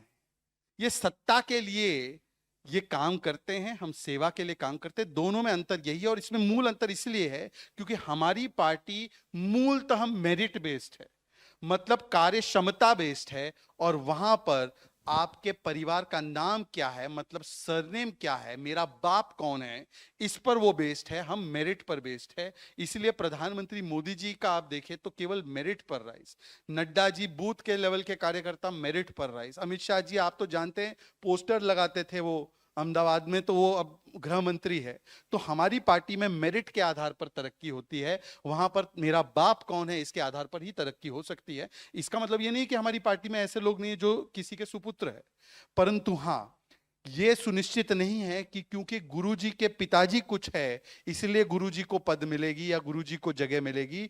यदि गुरु में क्षमता होगी तो उसको जगह मिलेगी, यदि गुरु में क्षमता नहीं होगी तो उनको जगह नहीं मिलेगी। ये बहुत स्पष्ट है। इसीलिए हमारे 25-30 वर्षों का इतिहास उठाकर देख लो, हमारे 12 राष्ट्रीय अध्यक्षों में ना किसी का बाप, ना किसी का भाई, ना किसी का बेटा। और अगर आप डीएमके देखो तो मिस्टर स्टालिन का बेटा उदयनिधि स्टालिन बनेगा, आप आरजेडी देखो तो लालू का बेटा तेजस्वी बनेगा, समाजवादी देखो तो मुलायम का बेटा अखिलेश बनेगा, कांग्रेस का देखो अब खड़गे जी बन गए हैं, पर खड़गे जी का रिमोट किसके हाथ में और किसके बेटे के हाथ में ये सब जानते हैं। अब आते हैं चुनौती पर। और चुनौती इसलिए भी जरूरी है कि पता तो चलना चाहिए ना कि कहां पर होमवर्क करना बाकी है। अब बस देखिए, 3 ही महीने रह गए हैं। मेरे लिए 2024 कोई आम चुनाव नहीं, और हमारे लिए जो इस चुनाव में चुनौती है वो दरअसल ये चुनाव जिस प्रकार से एक वॉर ऑफ सिविलाइजेशंस बनने जा रहा है, ये सभ्यताओं के बीच में युद्ध का चुनाव है। मैं आपको बताता हूं, और बड़े गंभीरता से और बहुत चयनात्मक रूप से अपने शब्दों का चयन करते हुए मैं इसको कह रहा हूं। एक तरफ जब पूरी दुनिया में भारत का तिरंगा शान से लहराता है, यहां तक कि चंद्रमा के दक्षिणी ध्रुव पर भी शिव शक्ति पॉइंट पर भारत का तिरंगा आज शान से लहराता है, तो दूसरी तरफ जो लोग भारत की प्रगति, संस्कृति से इतना वो विरोध करने लगे हैं, मोदी का विरोध करते करते, कि आज वो भारत की सनातन संस्कृति, हिंदू संस्कृति पर ही जिस प्रकार का आक्रमण करने पर उतारू हो चुके हैं। कभी उदयनिधि स्टालिन का जो बयान आता है, उसके बाद खड़गे जी के सुपुत्र प्रियंक खड़गे का जो बयान आता है, जिस प्रकार से लोग कहते हैं कि राम जी का अस्तित्व ही नहीं है। कांग्रेस का तो लंबा खैर इतिहास रहा है कि किस प्रकार से हिंदू टेरर से लेकर भगवा आतंक तक उन्होंने ये शब्दावली गढ़ी है। पहले सनातन पर यह आक्रमण, और सनातन पर आक्रमण के बाद जिस प्रकार से सुनियोजित ढंग से भारत को धर्म के आधार पर बांटने के बाद जाति के आधार पर बांटने के लिए ओबीसी के लिए ये ओबीसी का पूरा एक जो कार्ड लेकर आने का काम किया गया, और अब वो ओबीसी कार्ड जब 3 राज्यों में नहीं चला, तो जिस प्रकार से अब उत्तर बनाम दक्षिण की राजनीति करने का प्रयास किया जा रहा है, इसका मूल केवल एक ही लक्ष्य है कि कैसे, जैसे अंग्रेजों ने डिवाइड एंड रूल किया था, तो भारत को बांटो और राज करो। क्योंकि मोदी से बैर करते करते, मोदी से नफरत करते करते ये भारत की एकता, अखंडता, भारत की संस्कृति और भारत के सनातन परंपराओं से नफरत करने पर उतर आए हैं। तो मेरे लिए चुनौती यह है कि चुनाव तो देखिए भारतीय जनता पार्टी जीते, ठीक है, जीतेंगे हम लोग, परंतु ये कोई एक पार्टी चुनाव जीते हारे का चुनाव नहीं है। ये चुनाव दरअसल इस बात का है कि क्या भारत की सनातन संस्कृतियों पर जिस प्रकार का हमला ये लोग कर रहे हैं, जिस सोच से प्रेरित होकर कर रहे हैं, क्या आने वाले दशकों में ये भारत को खंडित विभाजित करने के लिए ये सोच को और बल दिया जाएगा या इस सोच को नस्तनाबूद किया जाएगा 2024 में। दरअसल चुनौती केवल इतनी ही है। और देखिए ना, विडंबना की बात है, चंद्रमा पर तो शिव शक्ति पॉइंट आ गया। आज भारत जो है 5वें स्थान पर पहुंचा अर्थव्यवस्था के रूप में। तो जब हमने 5वें स्थान पर आने का काम किया तो हमने यूके को ओवरटेक किया। अब यूके 6ठे स्थान पर है। जब हम 5वें स्थान पर आए हैं तब यूनाइटेड किंगडम, जिसने 200 वर्ष हम पर गुलामी की, आज उसने भी अगर किसी का हाथ थामा है कि मेरी अर्थव्यवस्था को ठीक कर दो, तो वो भारतीय मूल का हिंदू संस्कृति में पला बड़ा व्यक्ति, जिसके नाम में भी ऋषि और जिसके नारे में भी सनातन का परिचय मिलता है, जब वो मुरारी बापू के समागम में जाता है और बोलता है जय सिया राम। ये आज भारत की संस्कृति का उदय पूरी दुनिया में हो रहा है। और दूसरी ओर यहां पर बैठे कुछ राजनीतिक ताकतें उस सनातन संस्कृति, उस हिंदू संस्कृति पर जब आक्रमण करती है तो हमारे लिए चुनौती, चुनाव आएंगे, चुनाव जाएंगे, परंतु भारत कभी और भारत की संस्कृति पर कभी कोई भी उंगली उठाए तो उस उंगली उठाने वालों को मुंह तोड़ जवाब देने का अगर एकमात्र चुनौती है तो यही चुनौती है। और 2024 में मैं समझता हूं कि भारत को और हमारे पूरे समाज को एक होकर, एकजुट होकर इस नकारात्मक विभाजनकारी राजनीति को मुंह तोड़ जवाब देना होगा, ताकि शतकों तक कोई भी भारत को विभाजन ना करे। क्योंकि जब भी भारत बटा है तब भारत पर आक्रमण हुए हैं, तो भारत को बटना नहीं है। मेरे मन में और हमारे लिए तो केवल एक ही चुनौती है कि भारत एक रहे, भारत अखंड रहे और भारत हमेशा प्रगति और तरक्की की राह पर चलता रहे। शुक्रिया। आखिरी में आ गया जनता को कौन नकार सकता है भाई? आखिर में आ गया हूँ, मुझे को इशारा मिल गया है। शुरुआत मैंने दीप्ति से की थी और दीप्ति के साथ ही इसका समापन करना चाहूंगा। और सवाल वही है दीप्ति, उसमें एक चीज जोड़ते हुए जो बात मैंने गुरु से पूछी, जो बात शहजाद से पूछी, वो ये कि आपके हिसाब से अभी अभी महिला आरक्षण बिल पास हुआ, महिलाओं को, क्योंकि आप महिला हैं इसलिए आपसे जोड़ रहा हूँ, महिलाओं को अधिकार देने की बात जो इतने सालों से होती रही वो अब चरितार्थ होती दिख रही है। आपको अधिकार मिल गया है, आपको संसद में तमाम विधायिकाओं में आपको रिजर्वेशन मिलेगा। ऐसे में महिलाओं के बीच में प्रधानमंत्री की लोकप्रियता, उनके कामकाज की लोकप्रियता असीम है, इसमें कोई दो राय नहीं है। मेरा सवाल आपसे ये है कि जब इंडिया ब्लॉक बनता है, INDIA जिसको आप इंडिया अलायंस कहते हैं, कोई इंडिया ब्लॉक कहता है, कोई I.N.D. जैसे भी आप कहना चाहें, मेरा उसमें सवाल ये कि उसमें जो बात शहजाद कह रहे थे कि उत्तर वर्सेस दक्षिण को बांटने की तैयारी है, दक्षिण में बीजेपी नहीं दिखती है तो उनको लगता है कि दक्षिण से सब समेट लाओ और उत्तर में शासन कर लो, विपक्ष को जो दिखता है, जो उनकी प्लानिंग लगती है। क्या इस महिलाओं को एड्रेस करते हुए ये जो चुनौती है इसको पार पाया जा सकता है दक्षिण भारत में भी? देखिए, आपने जो कहा कि पहले, जैसे मैंने कहा कि ये जाति में बांटने की कोशिश की गई जो सक्सेसफुल नहीं हुई, अभी कहा शहजाद जी ने भी कहा कि वो नहीं हुई सक्सेसफुल, तो अब नॉर्थ साउथ का डिवाइड वो कर रहे हैं, वो तो वो कर ही रहे हैं। और इसको इंडिया अलायंस हम कहते हैं इसलिए क्योंकि वो नाम ही उसका वो है कि इंडिया, और alliance, last word is alliance, तो आप उसको इंडिया बोल नहीं सकते। और उनको लगता है कि क्योंकि उन्होंने अपनी पार्टी में भी उसको रखा है, INC उनकी पार्टी है, और मतलब मैं मेन ऑपोजिशन की बात कर रही हूँ, उसके साथ इंडिया अलायंस में तो सभी हैं और वो उसमें, तो उनको लगता है कि इंडिया रखने से शायद सारे भारतवर्ष के जो लोग हैं या इंडिया में रहने वाले हैं वो उनसे जुड़ जाएंगे नाम के कारण।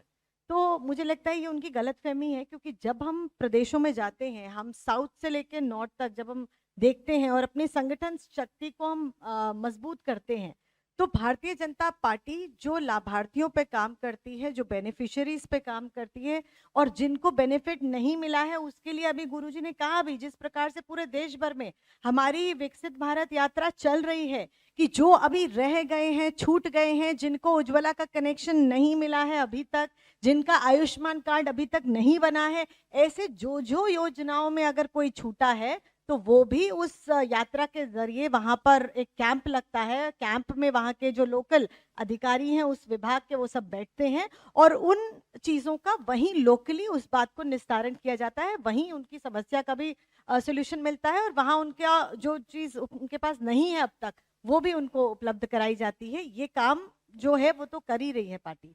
लेकिन इसके साथ साथ दूसरा विषय ये है कि हमारा जो कार्यकर्ता है, हम पार्टी को कैसे मजबूत करेंगे, क्योंकि जब हम हर बूथ उपस्थित रहेंगे, हम पार्टी को तब मजबूत करेंगे और हम चुनाव तब जीत कर आएंगे जब हम हर बूथ पे हमारी उपस्थिति रहेगी।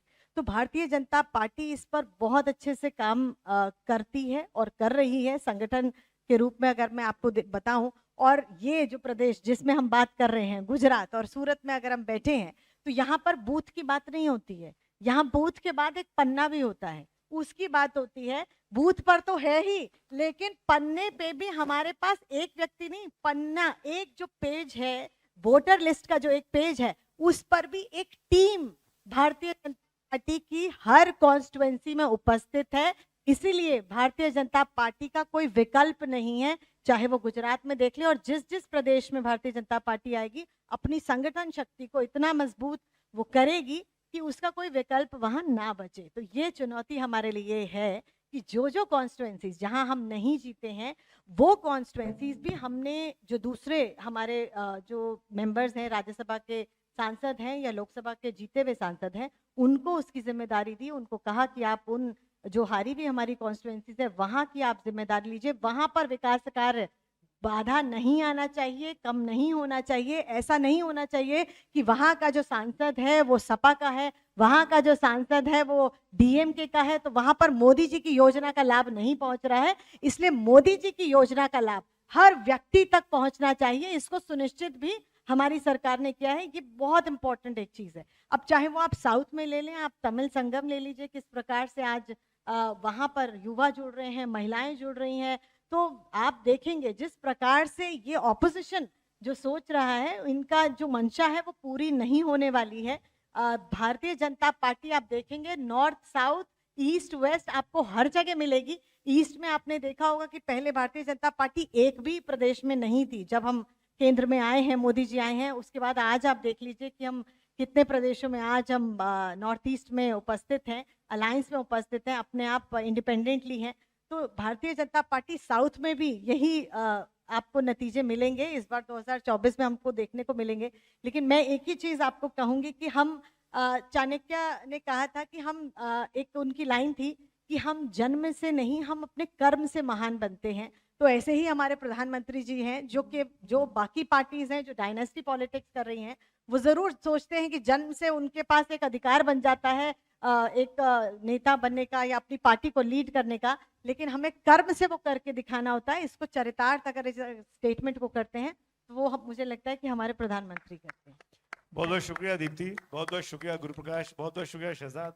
थैंक यू सूरत इस अपॉर्चुनिटी के लिए। मेरे ख्याल से इस बातचीत में आपको आनंद आया होगा। वक्त की कमी है दोस्त, वक्त की बहुत कमी है, नहीं वो एक से नहीं हो पाएगा, सबके पास सवाल होंगे। मैं माफी चाहता हूँ, प्लीज। मैं इस मंच की और भी कार्यक्रम है, पहले ही चल रहा है सत्र, अभी तो और भी सत्र होने मेरे ख्याल से, क्यों लेट करना, sorry. Thank you so much, thank you so much, thank you, बहुत बहुत धन्यवाद। जितनी भी तालियां बजे, मुझे लगता है उनके लिए सम्मान है, हमारा स्वाभिमान है और सूरतियों का यह गौरव है। बहुत बहुत धन्यवाद। सभी श्रोताओं से निवेदन है, मेरा करबद्ध निवेदन है, आप अपना स्थान बनाए रखिएगा। तुरंत 2 मिनट में अगला सेशन शुरू होगा। आदरणीय मनीष तिवारी जी भी हमारे बीच में उपस्थित हैं, उनसे मैं आग्रह करूंगा कि वे मंच पर आएंगे, उससे पहले आइए इन सब का बहुत बहुत धन्यवाद करें।